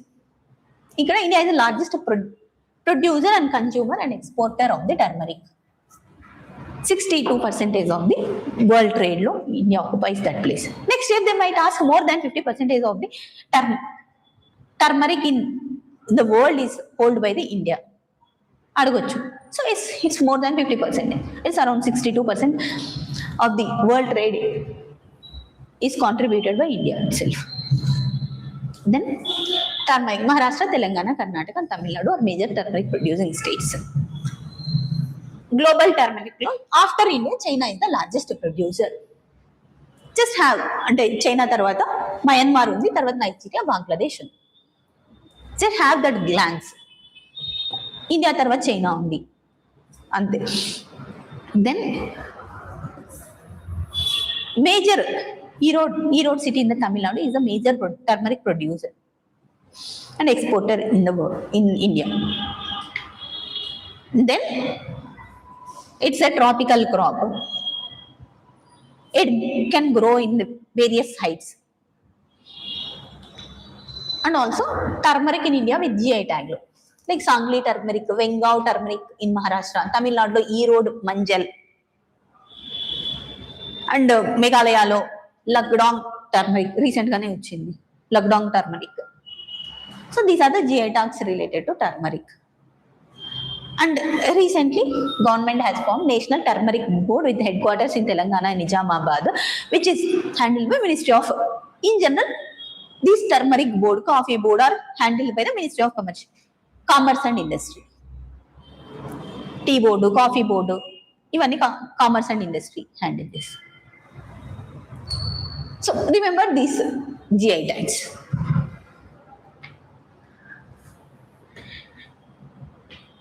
Next, again geographyలో we can అర్థం చేసుకొని చదువుతున్నాము and ఒక concept అర్థం అవుతుందంటే we can easily solve the question geography related దాంట్లో. లేదు blind గా చదువుతున్నామంటే చాలా కష్టం ఉంటుంది, we can't able to apply knowledge. So 25th question, which of the following evidences related to continental drift theory? Who proposed that theory? That thing, and details about that theory, and what are the other theories, sea floor spreading theory and plate tectonics theory, and the information about that one we have to read. Evidences related to continental drift theory. The belt of ancient rocks from the Brazil coast matches with those from the Western Africa. So that is true. This is a basic static question we have to solve. The gold deposits of Ghana are derived from the Brazilian plateau when two countries lay side by side. This is also true. Continental drift theory says continents drifted over a period of time, moved away from over a period of time due to various forces, polar fleeing forces. Third, Gondwana system of sediments present in India is known to have counterparts in various land masses of southern hemisphere. Like India moved from the Australian counterpart. So all the three statements are correct. So revise plate tectonic theory. Question చూసినప్పుడు solve చేసినప్పుడు plate tectonics theory గుర్తు రాలే నీకు. Like open the book and revise that one.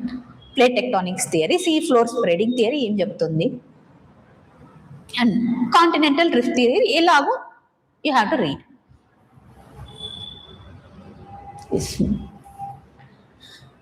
This is about continental drift theory. Again, you have to read and revise the NCERT books, at least NCERT books for the geography. They are directly asking from the NCERT books itself. The amount of dust particles in the atmosphere is more in subtropical and temperate area than equatorial and polar regions. Yes, the amount of dust particles in the atmosphere is more there because of the fast winds. In the present in the subtropical areas. Statement 2 says subtropical and temperate areas have less dry winds. No, they have more dry winds, that's why they have more dust particles in the atmosphere. So statement 1 is correct and statement 2 is wrong. Go back to NCERT and read about that. Yeah, wind, major winds, tropical winds and temperate winds, polar winds gurinchi. Statement 2 is not correct. Statement 1 is correct. Yes. Yes, geography చదివేటప్పుడు it will take time for the initial 2-3 times కి చాలా time పడుతుంది. Mind లో observe చేసుకొని analyse చేసుకొని diagrams చేసుకొని time పడుతుంది. And later on period లో దాన్ని గుర్తు పెట్టుకోవాల్సిన అవసరం ఉండదు. ఆటోమేటికలీ మన అండర్స్టాండింగ్ తో we can able to solve. ఇక్కడ ocean requires more time to cool or to increase its temperature. It acts as a moderator. Ocean moderator, water moderator గా యాక్ట్ చేస్తుంది. అంత తొందరగా కూల్ కాదు, అంత తొందరగా హీట్ కాదు. కంపారిటివ్లీ ల్యాండ్ తొందరగా హీట్ అవుతుంది, తొందరగా కూల్ అవుతుంది. సో ఈ బేసిక్ థింగ్ చదివేటప్పుడు గుర్తుపెట్టుకోవాలి. Coming to question. Statement 1. In January, northern hemisphere The isotherms bend equatorward while crossing the land masses. And poleward while crossing the oceans.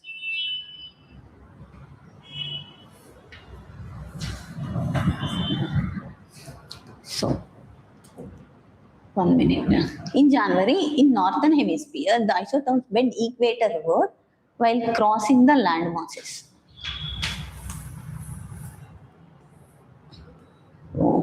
In January, northern hemisphere, isotherms bend towards equator and during land masses, and poleward while crossing the land masses.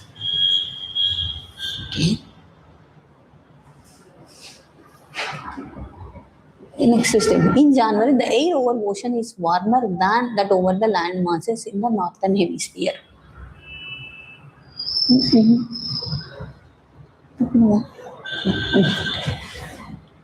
In January, air over the ocean is warmer, correct, than that over the land masses. Okay. Then statement 1 is wrong, right?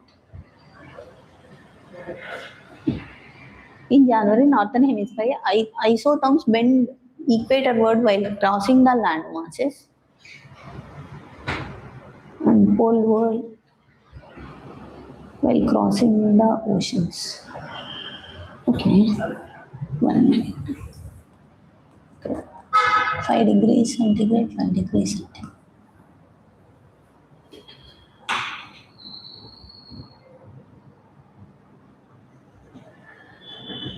Okay, I'll explain it tomorrow.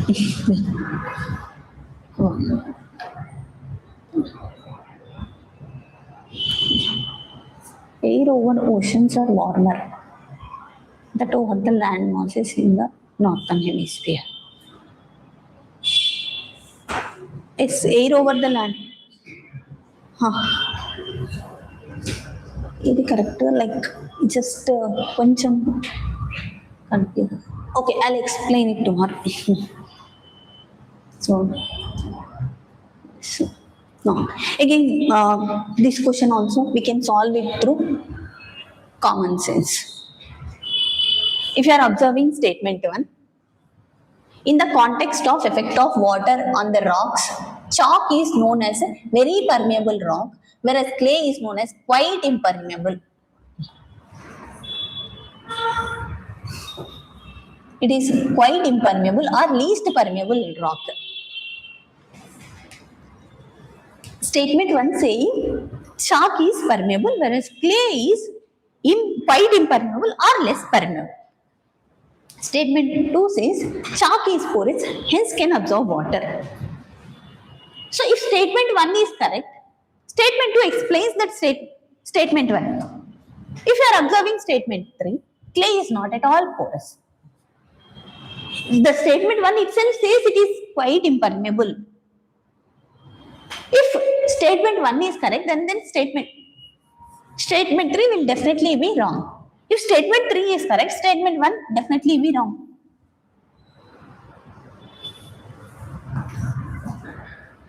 So if you are seeing statement 1, if we say statement 1 and 2, both statement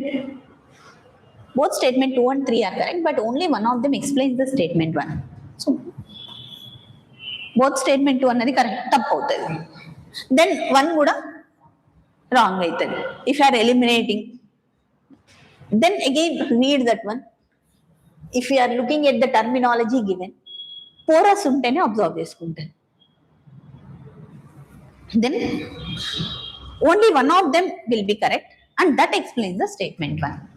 And clay has tightly hold particles. If we have seen clay, you remember that black soil consists of clay. It absorbs water, but it is very difficult to remove that one. It will take time to absorb. It is very tightly closed particles is there in the soil. So ఇటువంటిప్పుడు like ఇప్పుడు clay అన్నారు, just remember what are all the things you have read. You can observe the okay black soil, we can connect it with the black soil, how black soil works. So అలా చూసినప్పుడు statement 3 అన్నది తప్పు అవుతుంది. Or else if you are seeing, like if you are relating 2 and 3 ante, at least you can able to eliminate 50%.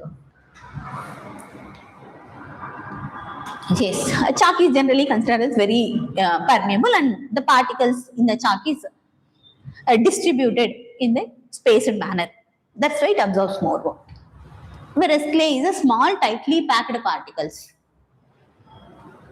So, yes. So, జాగ్రఫీలో చదివేటప్పుడు మనం అర్థం చేసుకున్నామంటే ఈజీగా సాల్వ్ చేయొచ్చు.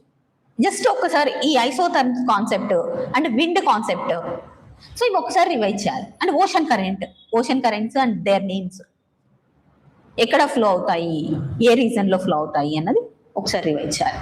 And next 29th question.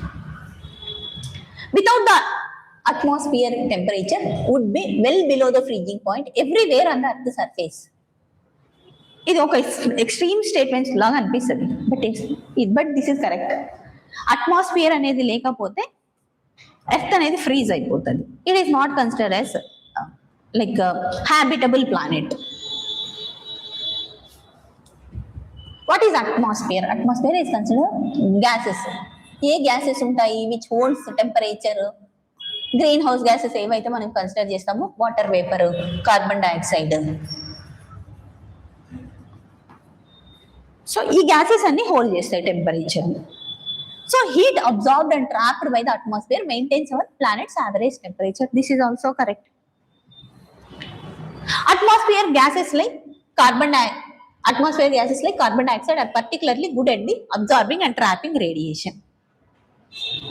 So yes, this is what greenhouse gases antam manam. So all the 3 statements are correct. Here look at what are the atmosphere gases that hold the infrared radiation or that hold the temperature అన్నది ఒకసారి చూసుకోవాలి. Then water vapor కూడా, including water vapor also holds the temperature. Yes.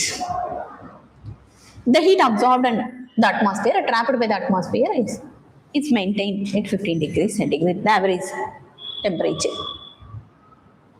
So again, Rashtriya Gokul Mission, if they are giving some scheme, most of the time they'll give in a positive way. Rashtriya Gokul Mission. It is an important for the upliftment of rural poor and majority of the low producing indigenous animals are with small and marginal farmers and landless labor. It is important for the upliftment of rural poor. So it is true, positive aspect. And also if they are talking about inclusiveness, or if they are talking about rural development, most of the times it will get correct.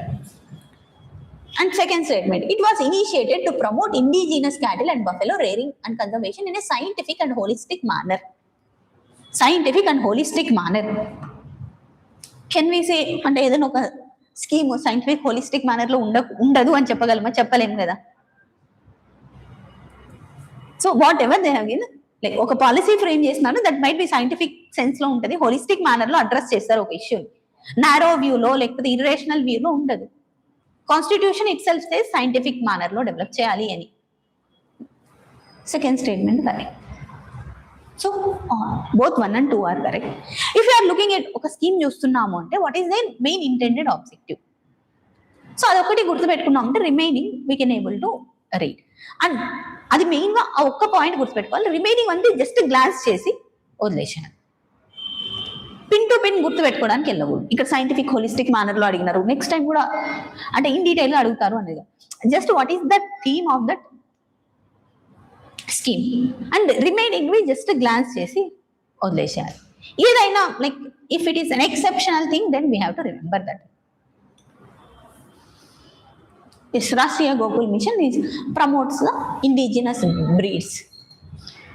Majorly high genetic merit bulls ni use chesi breeding purpose kosam genetic merit ni improve cheyali indigenous breeds. And to enhance artificial insemination advanced technologies ni use cheస్తారు.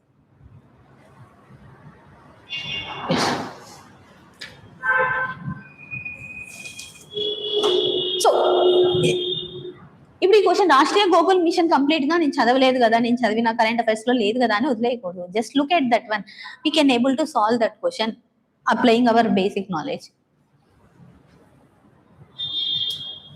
Next question. Studies indicate that carbon dioxide emissions from the cement industry account for more than 55% of the global carbon emissions.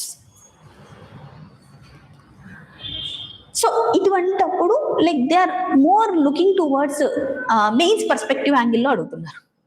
Like main perspective లో what are all the industries which emits more carbon dioxide or which emits more green house gas emissions అని. So integrating mains and prelims అన్నది ఇటువంటి questions లో వస్తాయి. So yes, cement industry accounts for the more than around 8% for the global carbon emission as per IEA, International Energy Agency prakaram. Then silica bearing clay is mixed with the limestone while manufacturing the cement. This is also correct. Statement 3. Limestone is converted into lime during the clinker production for cement manufacturing. This is also correct. But this is the thing that ఈ silica bearing clay use చేయడం వల్ల green house gas emissions వస్తున్నాయి. So it's not during clinker production అన్నది. So only one of the statement explains the correct statement. So ఇక్కడ like yes 8% of green house gas emissions ఉన్నాయి. And ఇందులో నేర్చుకోవాల్సింది calcination or the clinker production that converts the calcium carbonate to the calcium oxide lime. What is clinker production is? In which production process we will use clinker production or calcination? Annappudu we can able to identify that it's a cement production. Silica based clay is the reason for the release of carbon dioxide.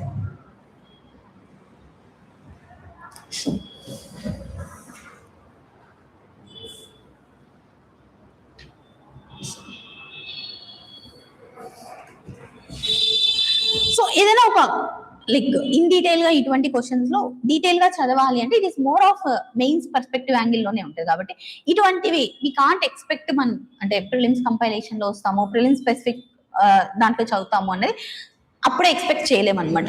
Like if you know during the process news paper చదివే దాంట్లో తెలిసింది అంటే తెలుస్తుంది, లేదు అంటే we can't able to know. 2024 లో it's something related to agriculture ground water extraction question అడిగింది. ఆ గ్రౌండ్ వాటర్ ఎక్స్ట్రాక్షన్ స్పెసిఫిక్ గా we can't able to find it in the prelims compilation. So mains కి చదివినప్పుడు will study like ground water extraction ఎంత ఉంది and how much of ground water is useful for the agriculture అనేది mains point of వ్యూలో చదువుతాం. So prelims compilation లో ఈ specific points cover చేయడం లైక్ చాలా రేర్ గా ఉంటుంది, తక్కువ ఉంటుంది. సో ఇటువంటి తెలిసినాయి, లేదంటే like we can't do anything అక్కడ. ఆర్ఎల్స్ మన బేసిక్ నాలెడ్జ్ లేకపోతే చదివింది ర్యాండమ్ గా న్యూస్ పేపర్ లో అటువంటి చదివింది చూసి రాయొచ్చు. Yes this question like commissions or committees related to climate organisations, ఇవి న్యూస్ లో ఉన్నవి కంపల్సరీ చదవాలి ఏదైనా. So COP29 or COP28 at the 28th UN COP meeting, India refrained from signing the Declaration on Climate and Health. India sign చేయలేదు అంటుంది. So we can't apply any common sense thing here. We have to know that current affairs లో ఉన్న చదవాలి. అందుకే like COP29 COP meetings, biodiversity meetings ఇవన్నీ follow అవ్వాలి, sites meeting ఇవన్నీ follow అవ్వాలి. Statement 2, COP28 declaration on climate and health is a binding declaration and is signed. It becomes mandatory to decarbonize the health sector. It is a non-binding declaration. It's not a binding declaration. It's a non-binding declaration. Statement 3, if India's health sector is decarbonized, the resilience of healthcare system may be compromised. So yes statement 3 అయితే చదివినా చదవకపోయినా it is correct అన్నది మనకు తెలుస్తుంది. So decarbonisation చేయడానికి వెళ్తున్నాము అంటే we have to use less cooling emissions, cooling తక్కువ use చేయాలి, and also something related to plastic or something related to production process, movement, transport అంతా తక్కువ యూజ్ చేయాలి. So if you are going for the decarbonisation, resilience of the health care system will be reduced. Statement 3 compulsory correct అవుతుంది. So identify statement 3 కరెక్ట్గా లేదు. Only one of them, but the statement 1, 2 and 3, but only one of them explains it. Statement 1 or 2 correct. So D eliminate cheyachu. Neither of them is correct anna dantlo D eliminate cheyachu. Statement 3 anedi if you are applying our basic knowledge aithe statement 3 is correct avutadi, and remaining vaatiki 1 and 2 statements ki we have to read the current affairs. So statement 2 is wrong. It is not binding in nature. Only one of the statement 2 and 3 is correct, and that explains the statement 1. So that is COP 28. Recent meeting, COP meetings జరిగినాయా, biodiversity meetings జరిగినాయా, sites related meetings ఏమైనా జరిగినాయా, so వాటిని revise చేయాలి. And these are not the exceptional. మనం మళ్ళీ UNESCO websites కి, sites website కి, IUCN వెబ్సైట్ కి వెళ్ళి చూడాల్సిన అవసరం లేదు. మనకు ప్రిలిమ్స్ కంపైలేషన్ లోనే దొరుకుతుంది.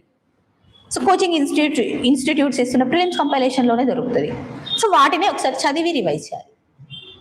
సో డౌన్ టు అర్త్ ఇటువంటి వెబ్సైట్స్ కి వెళ్ళి చూడడం వల్ల టైం వేస్ట్ అవుతుంది. టైం ఎక్స్పెండిచర్ చేసే బదులు మనం రివైజ్ చేస్తే సరిపోతుంది. ఆ రివైజ్ చేసి వచ్చిన వాటి నుండి we can able to eliminate or we can able to identify the answer.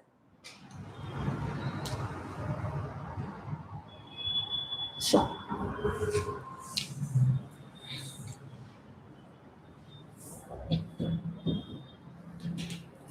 again geography questions ki knowledge undali. We can't able to apply the common sense, and repeated themes kuda konni vastunayi geography lo. NCERT's repeated themes unnai, so vaati painane concentrate cheyali. Consider the following statement. Statement 1, scientific studies suggest that shift is taking place in Earth's rotation and axis. Earth's rotation of around its own axis, day and night, and it tilted around 23 degrees because of some weight which is present around the polar ice. Tilted around 23 degrees. Statement 2 says solar flares and associated coronal mass ejections bombarded Earth's outermost atmosphere with tremendous amount of energy. This statement 2 is correct. First we will identify which are all the statements are correct. And coming to statement 3, as Earth's polar ice melts, water tends to move equator. So this is also correct. And is there any relation between second statement is out of the context? Solar flares to atmosphere, it's nowhere related to Earth's rotation axis. So although second statement is correct, but it is an independently corrected statement, is no relation to the Earth's rotation. Then statement, all the 3 statements are correct, but only one of them explains the. Here solar flares, we have to read about the solar flares, aurora borealis, aurora australis, and what are all the its effects on its Earth atmosphere.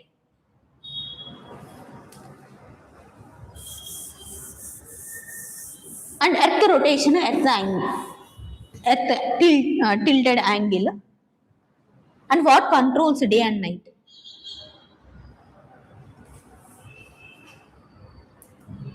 అన్నది ఒకసారి చూసుకోవాలి. Earth is not a perfect sphere, ఈ geoid position లో ఉంటుంది. It's majorly because of polar ice present in India. So solar flares is recent concept కాబట్టి దాన్ని ఒకసారి solar flares గురించి, మ్యాగ్నెటోస్ఫియర్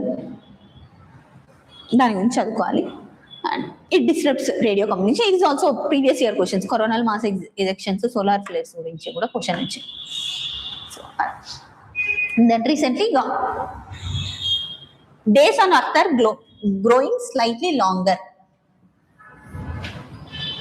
It's because of planet's axis is meandered by about 30 feet in the past 120 years. Days has been longer, another scientist has been found. It's also called as polar motion.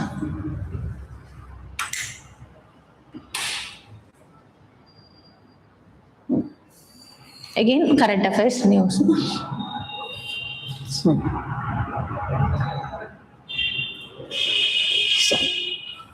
coming to statement 1. Article 6 of Paris Agreement on climate change is frequently discussed in the global discussion on sustainable development and climate change. చదివినా చదవకపోయినా అది కరెక్టే కదా. All the articles present in the Paris Agreement itself is about the climate change, sustainable development. So, it's a general thing. It is normal thing. Article 6 says about the, Article 6 are like the Paris Agreement itself is about the climate change, tackling the climate change. So statement 1 is correct. Statement 2 says Article 6 of the Paris Agreement on climate change sets out the principles of carbon. So, Article 6 sets out the agreements on carbon markets principles. Then we have to know Paris Agreement lo a article which sets out the, is there any article which sets out the principles for the carbon markets or not. And statement 3, Article 6 of the Paris Agreement on climate change intends to promote inter-country non-market strategies to reach their climate targets. Here also we have to know the articles. If we are trying to eliminate, statement 1 is correct. Okay, sir, we can't eliminate. Only one of them explains the statement 1. That explains the statement. Neither students. We can't eliminate it. So, statement 1 is correct. And again, recently news lo chadite, it will not set so. Paris Agreement lo carbon markets paina principles em set chesipadu. Like it is, that is what we have to set some principles related to carbon markets annade discuss chestu unnam. So, principles em set cheyali separate. Then yes, it promote the inter-country non-market strategies. So opportunities for non-market based cooperation and mechanism, establish a new UNFCCC mechanism to trade high quality carbon credits etla trade cheyali anedi oka market set. Separate ga principles em set chesundu. So statement 2 is wrong. Only one of them explains the statement. Sorry, 1 minute. Both statement 2 and 3 are correct.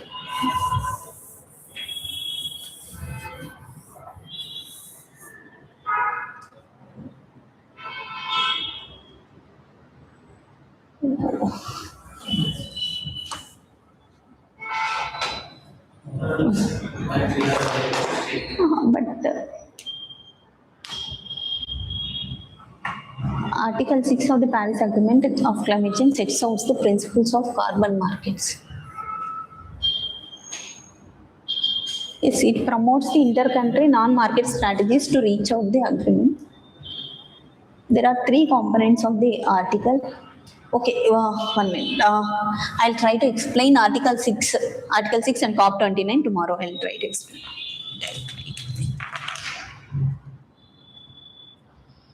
COP 29.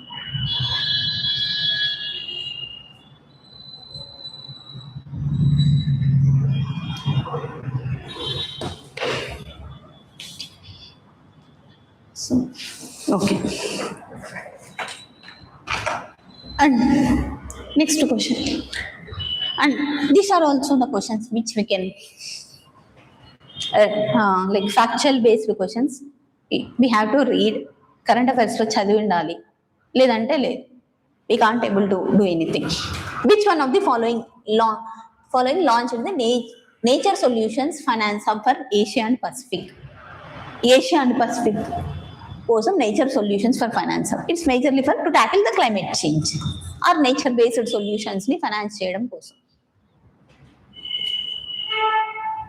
So here the answer is Asian Development Bank. So read all these about all the three banks. All three banks గురించి చదవాలి. And how we have to study if AIB news లో ఉందంటే అవి ఎటువంటి reports release చేస్తున్నాయి, what kind of reports they are releasing, what kind of activities they are going to conduct అన్నది గుర్తుపెట్టుకోవాలి. Yes, nature-based solutions at COP28 to ensure that capital market and sources of private capital for the nature-based solutions. So, nature-based solutions is something like afforestation and promoting blue investment. What goes? So, with reference to direct air capture and emerging technology, which of the following statements are correct? Here sometimes they'll change the terminology. This direct air capture is one kind of CCUs, carbon capture utilization and storage method. Direct air capture another good. So it can be used as a way of carbon sequestration. Yes, it can absorb the CCUs, absorb the carbon, and it can be a valuable approach for plastic production and in the food processing. Yes, this carbon stored or carbon captured can be utilized in various industries that can be used for various production processes. Then in aviation, this can be a source of carbon for combining with hydrogen and creating a synthetic low carbon fuel. So ఇక్కడ capture చేసిన carbon ని hydrogen తో combine చేసి we can produce one low carbon fuel ని produce చేయొచ్చు అంటున్నాం. లో carbon fuel that can B methane, ఇటువంటివి ప్రొడ్యూస్ చేయొచ్చు అంటున్నాం. So here it is a source of carbon అన్నప్పుడు like the carbon which is captured can be used as a source for other industry, for other production. So all the three statements are correct. ఈ direct air capture ఏదైతే మనకి news లో ఉందో అది మనకు తెలియాలి. What is that direct air capture అంటే? Or else if it is an emerging technology something related to అంటే పాజిటివ్ గా ఉన్నవన్నీ కరెక్ట్ అవుతాయి.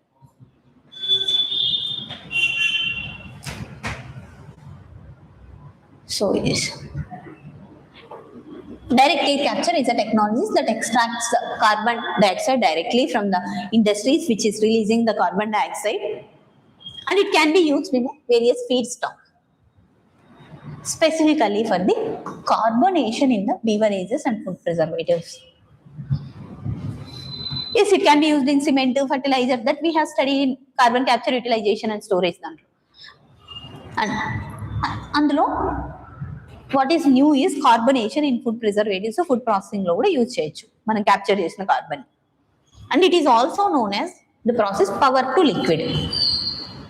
Hydrogen plus carbon plus hydrogen use చేస్తున్నాము. It is nothing but syngas. Syngas hydrogen gas. That syngas can be used in various industries లో use చేస్తుంటాం.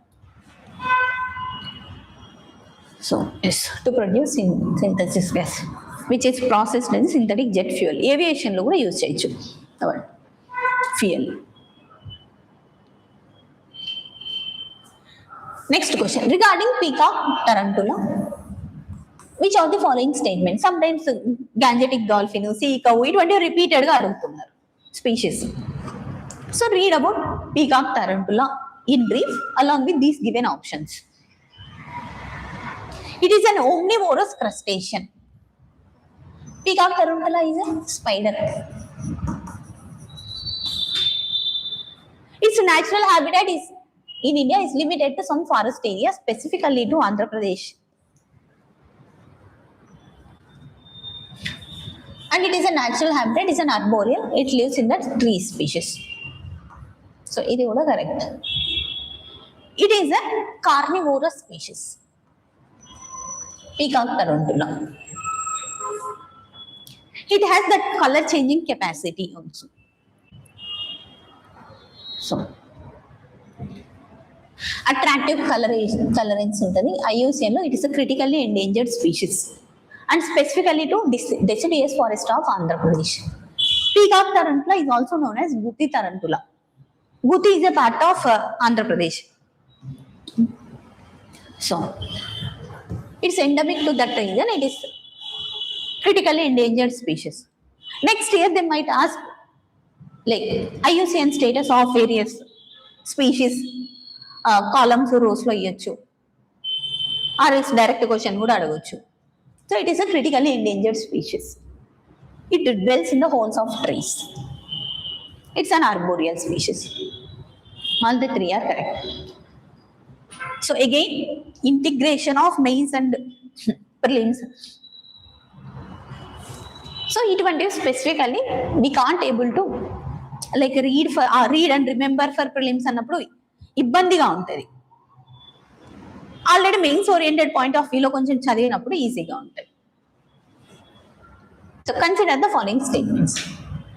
Carbon dioxide emissions in India are less than 0.5 tons for carbon dioxide. Per capita carbon dioxide emissions are 0.5 ton carbon per capita. No, it's not. 2 tons is India's average. 4 is world average.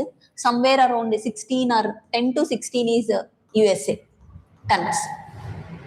4 world, 2 India average. So first one is wrong. So these things like we have to, when we are reading from the like starting నుండి మనం చదువుతున్నప్పుడు mains oriented point of వ్యూలో చదివితే we can able to solve these kind of questions. In terms of carbon dioxide emissions, fuel combustion in India ranks second in the Asia Pacific region. Yes, it is correct. Second in Asia Pacific region. Electricity and heat producers are largest sources of carbon dioxide emissions in India. This is also correct. 2 and 3 are correct. ఇక్కడ ఏం చూడాలి ఇప్పుడు అంటే what are all the major carbon dioxide emitting countries all over the world? USA, China, India and then European Union. Electricity and heat producers are, what are all the sectors which produces more carbon dioxide? There might be electricity, heat, transport sector, and comes agriculture, domestic cooking.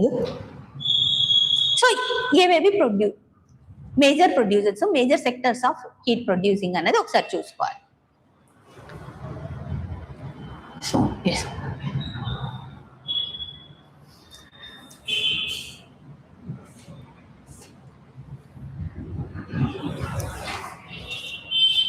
Again if you are feeling difficult అంటే అందరికీ కూడా డిఫికల్టే ఉంటుంది, దాంట్లో ఒక question చూస్తూనే భయపడాల్సిన అవసరం లేదు.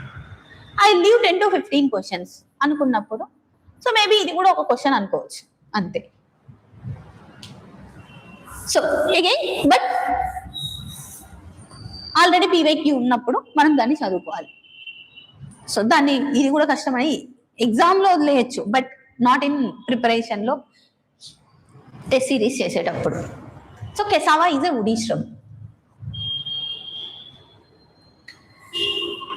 కెసావా ఈజ్ నథింగ్ బట్ టాపియోకా అంటారు. సో టాపియోకా మేజర్లీ ట్రాపికల్ కంట్రీస్లో తింటారు. సో ఇండియాలో కూడా తమిళనాడు, కేరళ అక్కడ మనం ఎక్కువ ఉంటుంది, బట్ మన అంటే నార్త్కి వచ్చే కొద్దీ తక్కువ అవుతుంది tapioca.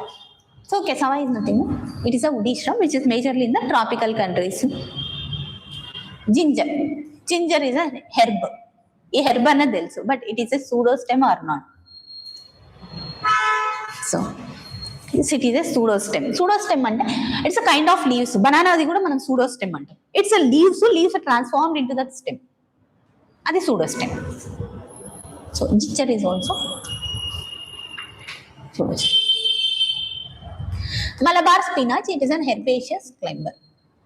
It is also A climber. Climber అంటే పాకుతుంది అంటాం కదా, అటువంటి దాన్ని క్లైంబర్ అంటాం. మింట్ అనేది it is an herb not shrub. shrub అంటే కొంచెం పెద్దగా ఉన్నదాన్ని shrub అంటాం, అంటే బుష్ లాగా ఉన్నదాన్ని గడ్డి కొంచెం పెద్దగా ఉంటే దాన్ని shrub అంటాం. హెర్బ్ అంటే చిన్నగా ఉంటుంది. ఇట్స్ సంథింగ్ లైక్ కొరియాండర్ ఇటువంటి. So mint is also herb. ఇదైతే మనం ఎలిమినేట్ చేయగలం మనకున్న నాలెడ్జ్తో. మింట్ అంటే is nothing but pudina. Pudina it's a kind of herb. So it is not a shrub. Shrub అంటే సంథింగ్ సపోటా చెట్టు అట్లా ఉంటుంది, కొంచెం పెద్దగా ఉంటుంది. So papaya is a woody shrub. So it is not a woody shrub. It is botanically it is an herb.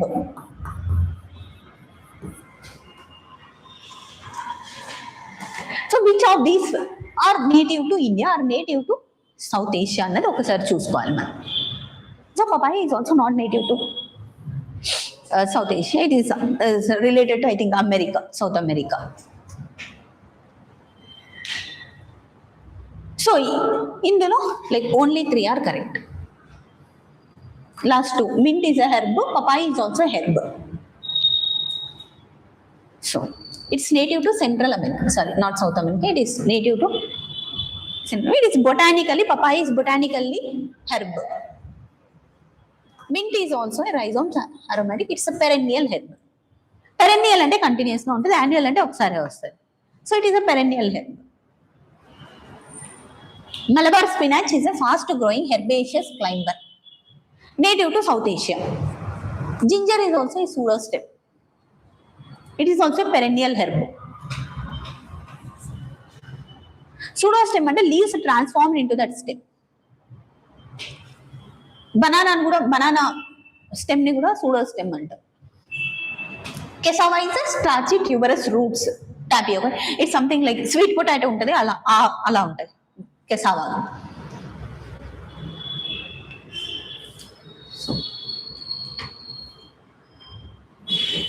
Next 48th question, with reference to planet Earth, rainforests produce more oxygen than that produced by the oceans. So ocean occupies 70%. Overall land ఏ మనకి 29-30% ఉంటుంది. అందులో rain forest percentage తక్కువ ఉంటుంది. And quantity of planktons, phyto planktons చూస్తే చాలా ఎక్కువ ఉంటాయి. If you are observing the statement, it is wrong. Rain forest on the land or the continental mass పైన ఎక్కువ ప్రొడ్యూస్ చేస్తాయి, but not the whole of the world earth. So yes, ఇది రాంగ్. Ocean produces more oxygen than the rain forest. Second statement, marine phytoplankton and photosynthetic bacteria produces about 50% of the world oxygen. ఇక్కడ about 50% అన్నాడు, that might be 60% కూడా కావచ్చు. So exactly good. So second statement is correct. They produce more photosynthetic bacteria in the ocean. Next statement, well oxygenated surface water contains several folds higher oxygen than in the atmospheric air. Atmospheric air కంటే కూడా oxygenated surface water or ocean water ఎక్కువ ఉంటుంది. So no, like atmospheric ఎయిర్లో more oxygen ఉంటుంది. That's why when we like swimming చేసినప్పుడు లేకపోతే వాటర్లో ఉన్నప్పుడు like we have less oxygen, that's why will get breathing difficulty. అలా కాకపోయినా like it is very less oxygenated.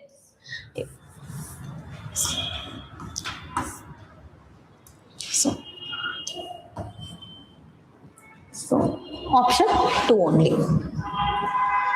So till 1000 meters of depth of ocean వరకు oxygen ఉంటుంది, దాని తర్వాత కంప్లీట్లీ తగ్గిపోతుంది. సో అందులో కూడా టాప్ లేయర్లో ఎక్కువ ఆక్సిజన్ ఉంటుంది, కిందికి వెళ్ళే కొద్దీ తగ్గుతుంది. దిస్ విల్ రీడ్ ఎన్విరాన్మెంట్లో ఈ యాంగిల్లో చదువుతాము, అండ్ జాగ్రఫీలో సెలైనిటీ, డెన్సిటీ అది కూడా చదువుతాం. థర్మోహాలైన్, థర్మోసెల్, సెలైన్, ఇది. So 2 only. ఇందులో గుర్తుపెట్టుకోవాలి, Prochlorococcus is the smallest photosynthetic organism on earth which produces highest percentage of oxygen. Prochlorococcus. Coccus అంటే in general it is a bacteria. So phytoplanktons and seaweeds also produces more amount of oxygen. in terms of, and till 1000 meters depth, it is considered as an oxygen minimum layer. Minimum oxygen తక్కువ అక్కడ ఉంటుంది 1000 meters కింద. So and 1 minute.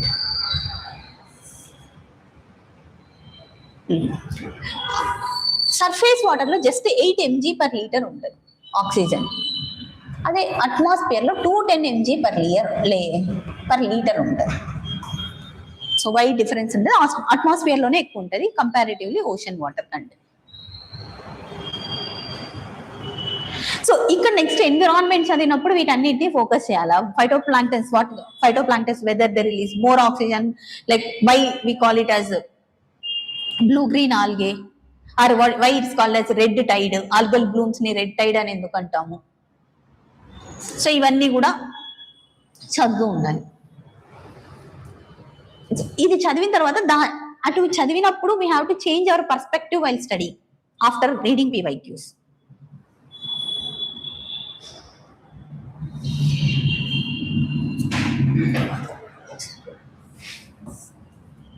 Next question. Consider the following types of vehicles.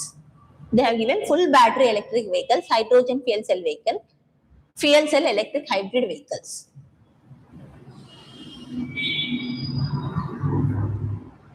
How many of the above are considered as alternative powertrain vehicles? ఇటువంటి questions వచ్చినప్పుడు first will think add one out ఏమి, ఏదైనా different గా ఉందా are అన్ని same గా ఉన్నాయా. So వీటిని అబ్జర్వ్ చేస్తే అన్ని సేమ్, మోర్ ఆర్ లెస్ సేమే ఉన్నాయి.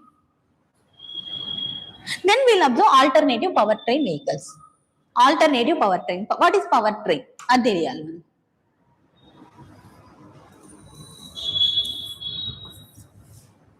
సో ఒకవేళ తెలియలేదు అంటే ఇట్ విల్ బి అక్కడ గెస్ వర్క్ చేస్తుంది. లేదంటే ఇలా కూడా పెట్టచ్చు. ఆడ్ వన్ అవుట్ ఏమి మూడు ఉన్నాయి, సేమ్ గానే ఉన్నాయి, సిమిలర్ గా ఉన్నాయి. లైక్ ఎందులో కూడా లైక్ ఒక డివియేట్ చేయడానికి ఒకటి సపరేట్ చేయడానికి లేదు. And that to alternative power train అన్నాడు. పవర్ ట్రైన్ కి alternative, these are alternative vehicles. So ఈ పవర్ ట్రైన్ అనేది ఐసీ ఇంజన్స్ లో వస్తుంది మనకి. ఐసీ ఇంజన్స్ లో క్లచ్, గేర్, వీటిని బట్టి దాన్ని పవర్ ట్రైన్ అంట. Power distribution throughout that process దాన్ని పవర్ ట్రైన్ అంట. So alternative to power train vehicles alternative ఏమి అంటే alternative to IC engine or alternative to traditional vehicles. These are all advanced vehicles or technology related vehicles. Then full battery vehicles. Battery is the one which operates the whole process. ఏదైతే ఉందో clutch, gear ఇవన్నీ కూడా stop చేస్తుంది. Diesel engine ఇవన్నీ stop చేస్తుంది. So just ఒక battery ఉంటుంది, ఆ బ్యాటరీతోనే స్టార్ట్ అవుతుంది. Battery will produce energy. ఇక్కడ క్లచ్ ఉంటుంది, క్లచ్ నుండి షిఫ్ట్ అవుతుంది gear, and then it comes to the wheels. So ఈ ప్రాసెస్ డిఫరెన్షియల్, యాక్సిల్ ఇవన్నీ ఉంటాయి. సో ఇక్కడ కంప్లీట్ గా షిఫ్ట్ అయ్యి ఓన్లీ బ్యాటరీ పైననే ఉంటుంది. ఇక్కడ హైడ్రోజన్ ఫ్యూయల్ సెల్ అంటే hydrogen is the one which will produce that electricity. ఇక్కడ ఒక యానోడ్, క్యాథోడ్, ఒక ఎలక్ట్రోలైట్ ఉంటుంది. That will consume hydrogen and that will release energy plus water. Fuel cell electric hybrid vehicles అంటే hybrid of electric vehicle of fuel cell. So ఈ information what is fuel cell, battery vehicle ఎట్లా work చేస్తుంది, what are all the batteries that can be used in the electric vehicles, and hydrogen fuel cell, how hydrogen fuel cell works. ఇది important. Hydrogen fuel cell repeated గా అడుగుతున్నారు. So దాని గురించి చదువుకోవాలి. Hydrogen fuel cell and schemes. Recently government has brought schemes related to hybrid vehicles. So hybrid vehicles related schemes ఏమైనా ఉంటే అది చూసుకోవాలి. So all the three are alternative powertrain vehicles. Yes, traditional internal combustion ni replace chestayi. So full battery vehicles, hydrogen fuel cell, electric hybrid vehicles.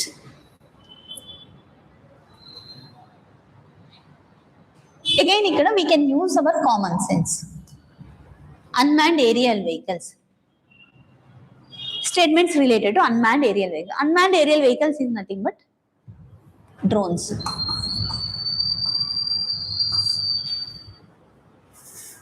It is a new concept to evolving technology. All types of UAVs can do vertical landing. ఉండొచ్చు, ఉండకపోవచ్చు. New technology arrive అవుతూనే ఉంటుంది, new inventions జరుగుతూనే ఉంటాయి. So all types of unmanned aerial vehicles can do vertical landing. అన్నీ ఎలా జరుగుతాయి? And all types of UAVs can do automatic hovering. ఒక న్యూ టెక్నాలజీ, న్యూ కాన్సెప్ట్ అన్నప్పుడు సమ్వేర్ ఇన్ ఒక రూరల్ ఇండియాలోనే, రూరల్ అమెరికాలోనే వాళ్ళు ఇన్వెంట్ చేసి ఉండొచ్చు, other than automated hovering. All types of UAVs can use battery only as a source of power supply. బ్యాటరీతోనే రన్ అయ్యే unmanned aerial vehicle maybe diesel తో రన్ అవ్వచ్చు, పెట్రోల్ తో కూడా రన్ అవ్వచ్చు, లేదా కిరోసిన్ తో కూడా రన్ అవ్వచ్చు.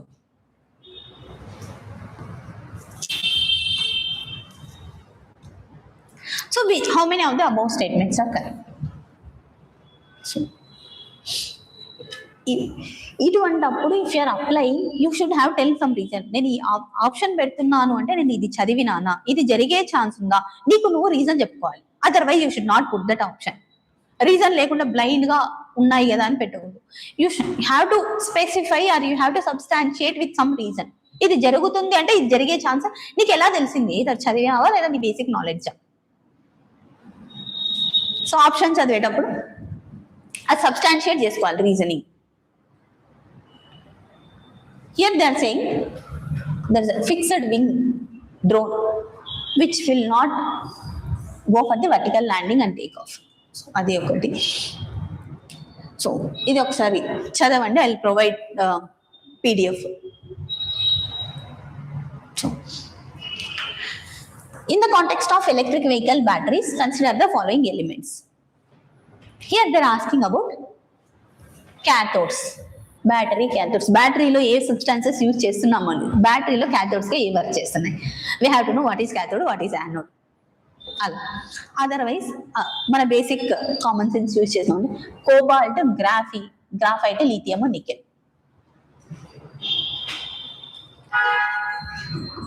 All these are with electrons, extra electrons ఉంటాయి. మనం ఇంటర్మీడియట్లో చదివింది గుర్తు చేసుకుంటే ఎక్స్ట్రా ఎలక్ట్రాన్స్ ఉంటాయి. Except graphite consist of carbon, negative. So odd one out. అలా కాకుండా ఇంకొకటి ఏదైనా ఇచ్చింటే అప్పుడు డిఫికల్ట్ అవుతుంది.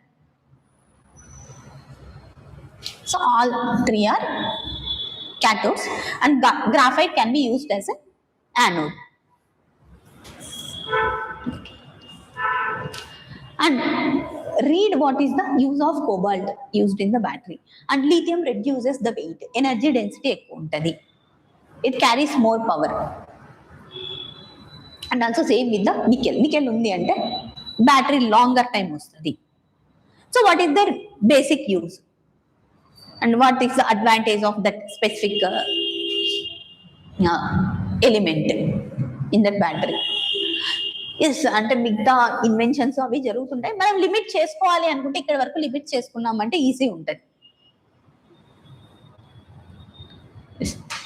Graphite is used as an anode, not a cathode. Lithium and nickel is it enhances energy density and storage capacity. Nickel based battery to cobalt increases battery life, improves energy density and battery life. Lithium lightweight and also energy density, more energy density. Lithium benefited. That's why recently we are increasingly using lithium batteries. And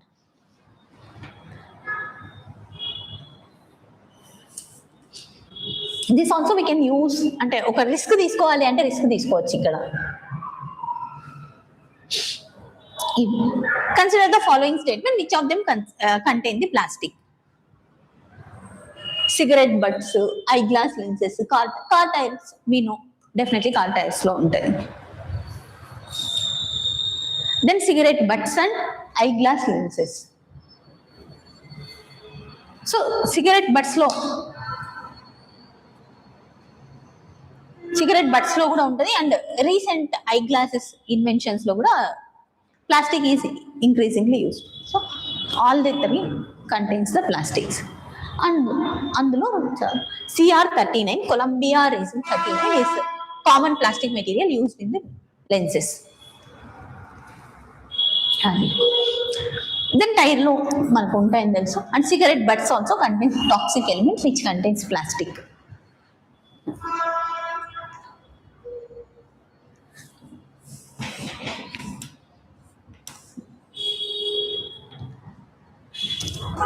Consider the following substances: ethanol, nitroglycerin, and urea. If you are seeing it, it is an odd one out. We have not environment లో nitroglycerine అనే word ఎక్కడ మనం విని ఉండం. So అక్కడ కొంచెం sense చేయగలగాలి. Coal gasification technology can be used in the production of how many of them? ఈ క్వశ్చన్ లో what is coal gasification and how it can be done and what are all the industries it can be used. Gasified coal. So coal gasification is whatever the coal present in దాన్ని gas గా convert చేస్తాం. That gas might be hydrogen gas or syngas. This syngas is used in the ethanol production and also urea production. So ఇక్కడ doubt రాసం only 2 or all the 3. So urea అన్నప్పుడు మనం ప్రతిసారి what we are saying carbon capture utilisation technology, direct air capture, ఇటువంటి చోట carbon ఏదైతే capture చేస్తున్నాం that can be used in fertiliser industry అంటున్నాం. Urea is nothing but fertiliser.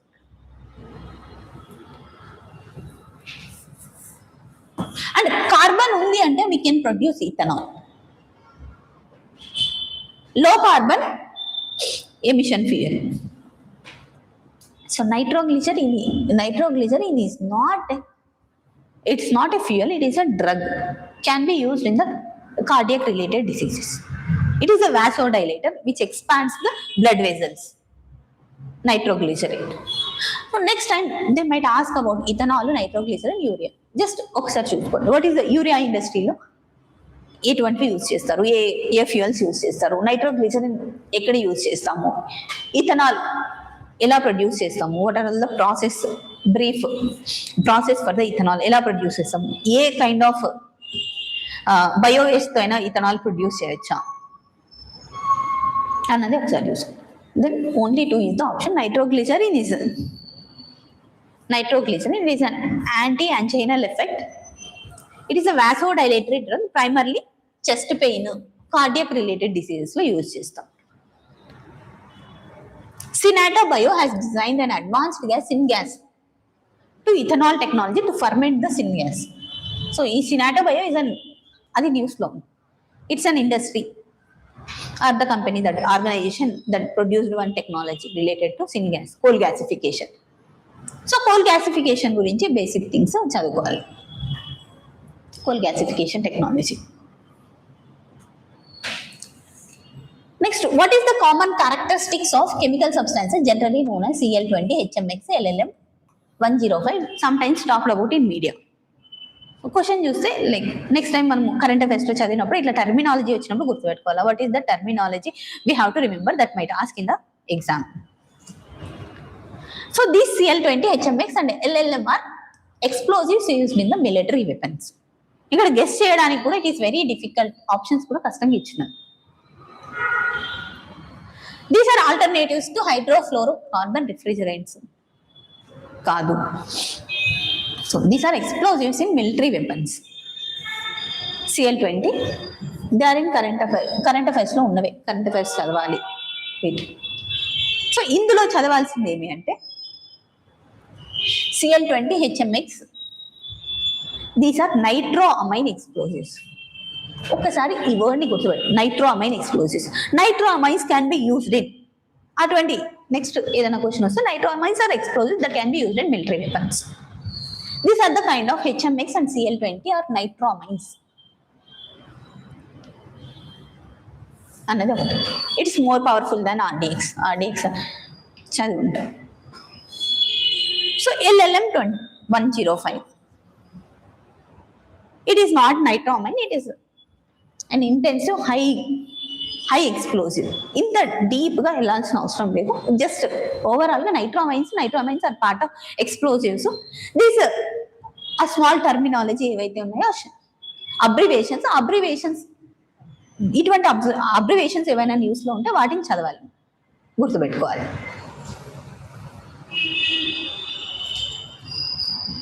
Then ఈ question లో వాట్ ఈస్ క్వాంటమ్ కంప్యూటింగ్ అన్నది ఒకసారి చదువుకోవాలి. What is quantum computing, how it differs from the super computers అన్నది ఒకటి. And it is expected that major own one chip will enable quantum computing. It is there, it is quantum computing. Major on one chip has been introduced by Amazon Web Services. So this we have to read. ఇటువంటిప్పుడు ఏం చేయాలి, Facebook ఎటువంటి chips introduce చేస్తుంది, what kind of like ChatGPT owned by OpenAI or Microsoft Gemini Microsoft or Google Microsoft, ఇటువంటివి what kind of activities or what kind of projects they are conducting అన్నది గుర్తుపెట్టుకోవాలి. So it is introduced by Microsoft, not Amazon. So tappo. And deep learning is a subset of machine learning. So what is deep learning, what is machine learning అన్నది ఒకసారి చూసుకోవాలి. Machine learning ఒక పెద్ద set అయితే అందులో deep learning ఒకటి set. Deep learning uses neural networks. Exactly brain ఎట్లా function చేస్తుందో అలా మిమిక్ చేస్తుంది, దాన్ని డీప్ లెర్నింగ్ అని.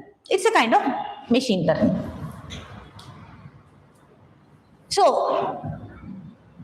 2 రాంగ్ అయితే 1 and 3 answer. And large language models అంటున్నాం న్యూస్లో. So they might ask what is large language models అని. సో అటువంటి దాన్ని కూడా చదువుకోవాలి. న్యూస్లో ఏవైతే ఉన్నాయో అవి మేజర్గా న్యూస్లో ఉన్నవే వస్తాయి. So yes, deep learning, natural language processing, large language models like OpenAI, ఇవన్నీ కూడా large language models which feeds amount of information and then they'll get that information. So yes. Coming to next question, with reference to monoclonal antibodies often mentioned in the news. Basic biotechnology, no? What are antibodies? What is antigens? What is immunity? Biotechnology కూడా deep గా అడుగుతున్నారు. వాటి gene, DNA ఇవన్నీ కూడా అడుగుతున్నారు. కాబట్టి basic antigen, antibody, immunity అనేది చదవాలి with in this question. So coming to first question, they are man made proteins. Monoclonal antibodies. Clonal అంటే something created by from the artificial గా క్రియేట్ చేసిన దాన్ని క్లోన్ అంటాం. So they are man made proteins. And they stimulate immunological functions to their ability and bind to specific antigens. ఏ antibody function అయినా they attach to the antigens. This is correct. And they are used in treating viral infections like Nipah virus. This is correct. All the 3 are correct. Coming to what is antibody. Antibody is a protein that binds as the antigen. Antigen is a microorganism which infects the humans. Humans infect చేసేదాన్ని antigen అంటాము. Antibody అంటే antigen కోసం either human produce చేయొచ్చు లేదా artificial గా produce చేయొచ్చు. That is antibody. That will try to attach to the antigen and reduces its effect or nullifies its effect. So ఇది మేజర్గా will use it in viral because virus mimics our body. కాబట్టి మనం బయట నుండి పంపిస్తాం antibodies, either hepatitis కానీ లేదా మోనోక్లోన్ ఇటువంటి వైరస్లు. So are also monoclonal antibodies. These monoclonal antibodies are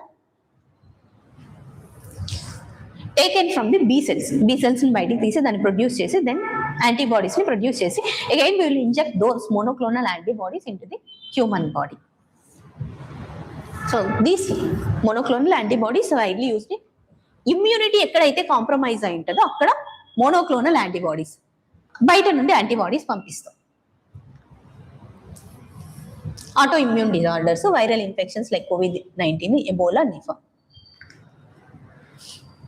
clone అంటే we are cloning the same thing, producing the same thing.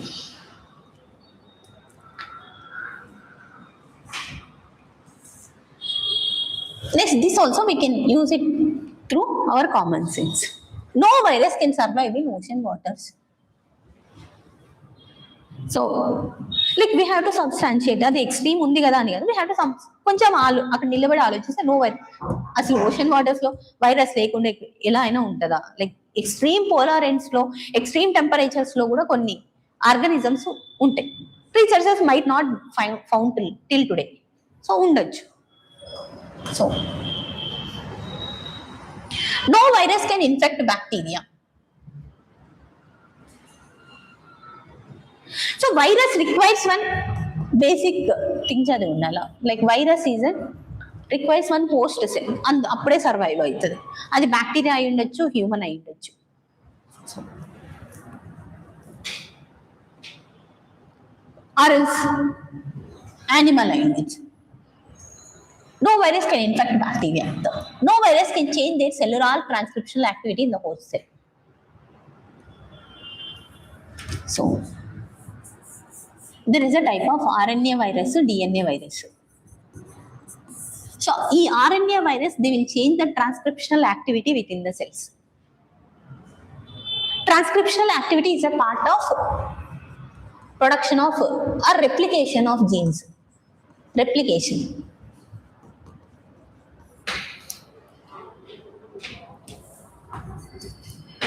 So, adi kuda thavu. Then, how many of the above correct? Anni wrong. So bacteria infect ayye bacteriophages antam. So that is RNA virus and DNA virus. What is that genetic material ఏదైతే ఉంది, RNA form లో వాటి gene ఉంటే దాన్ని RNA virus అంటాం. Genetic form DNA material లో ఉందంటే then it is called as DNA virus. HIV is an RNA virus. అందుకే రివర్స్ ట్రాన్స్క్రిప్టేజ్ వైరస్ అని కూడా. So RNA transforms into the DNA and then with the help of host cell. Host like వచ్చిన తర్వాత RNA DNA transform అవుతుంది, then finally DNA uses to replicate. So yes. Phase or bacteriophase అంటే something engulfing అన్నప్పుడు phase అంటాం. Bacteriophase. Bacteriophase ని virus అంటాం, which infects the bacteria. Bacteriophase. So, yes. ఏమైనా doubts ఉన్నాయా?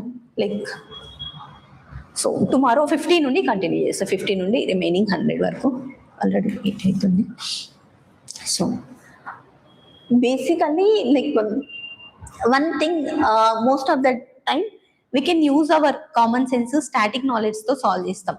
ఒక క్వశ్చన్ ని చూసిన వెంటనే we should not fear or we should not be scared. So that will reduce our marks.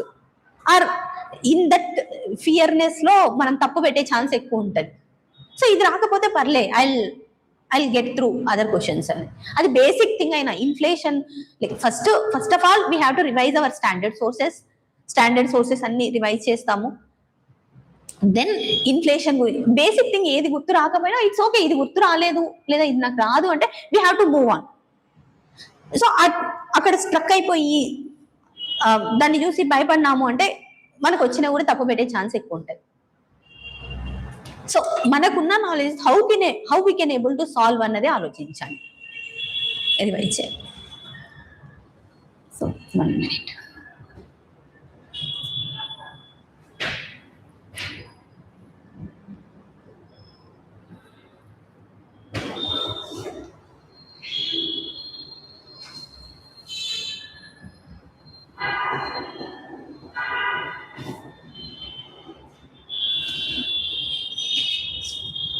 So ఈ పీపీటీ షేర్ చేస్తాను, జస్ట్ ఒకసారి సాల్వ్ చేసిన తర్వాత ఇంకొకసారి మీరు క్వశ్చన్ పేపర్ చదివిన తర్వాత అంటే క్వశ్చన్ పేపర్లో రాసుకోండి ఇంపార్టెంట్ పాయింట్స్ అవి.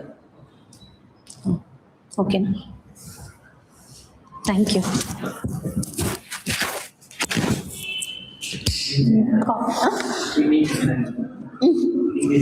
ఏం చేయలేదు.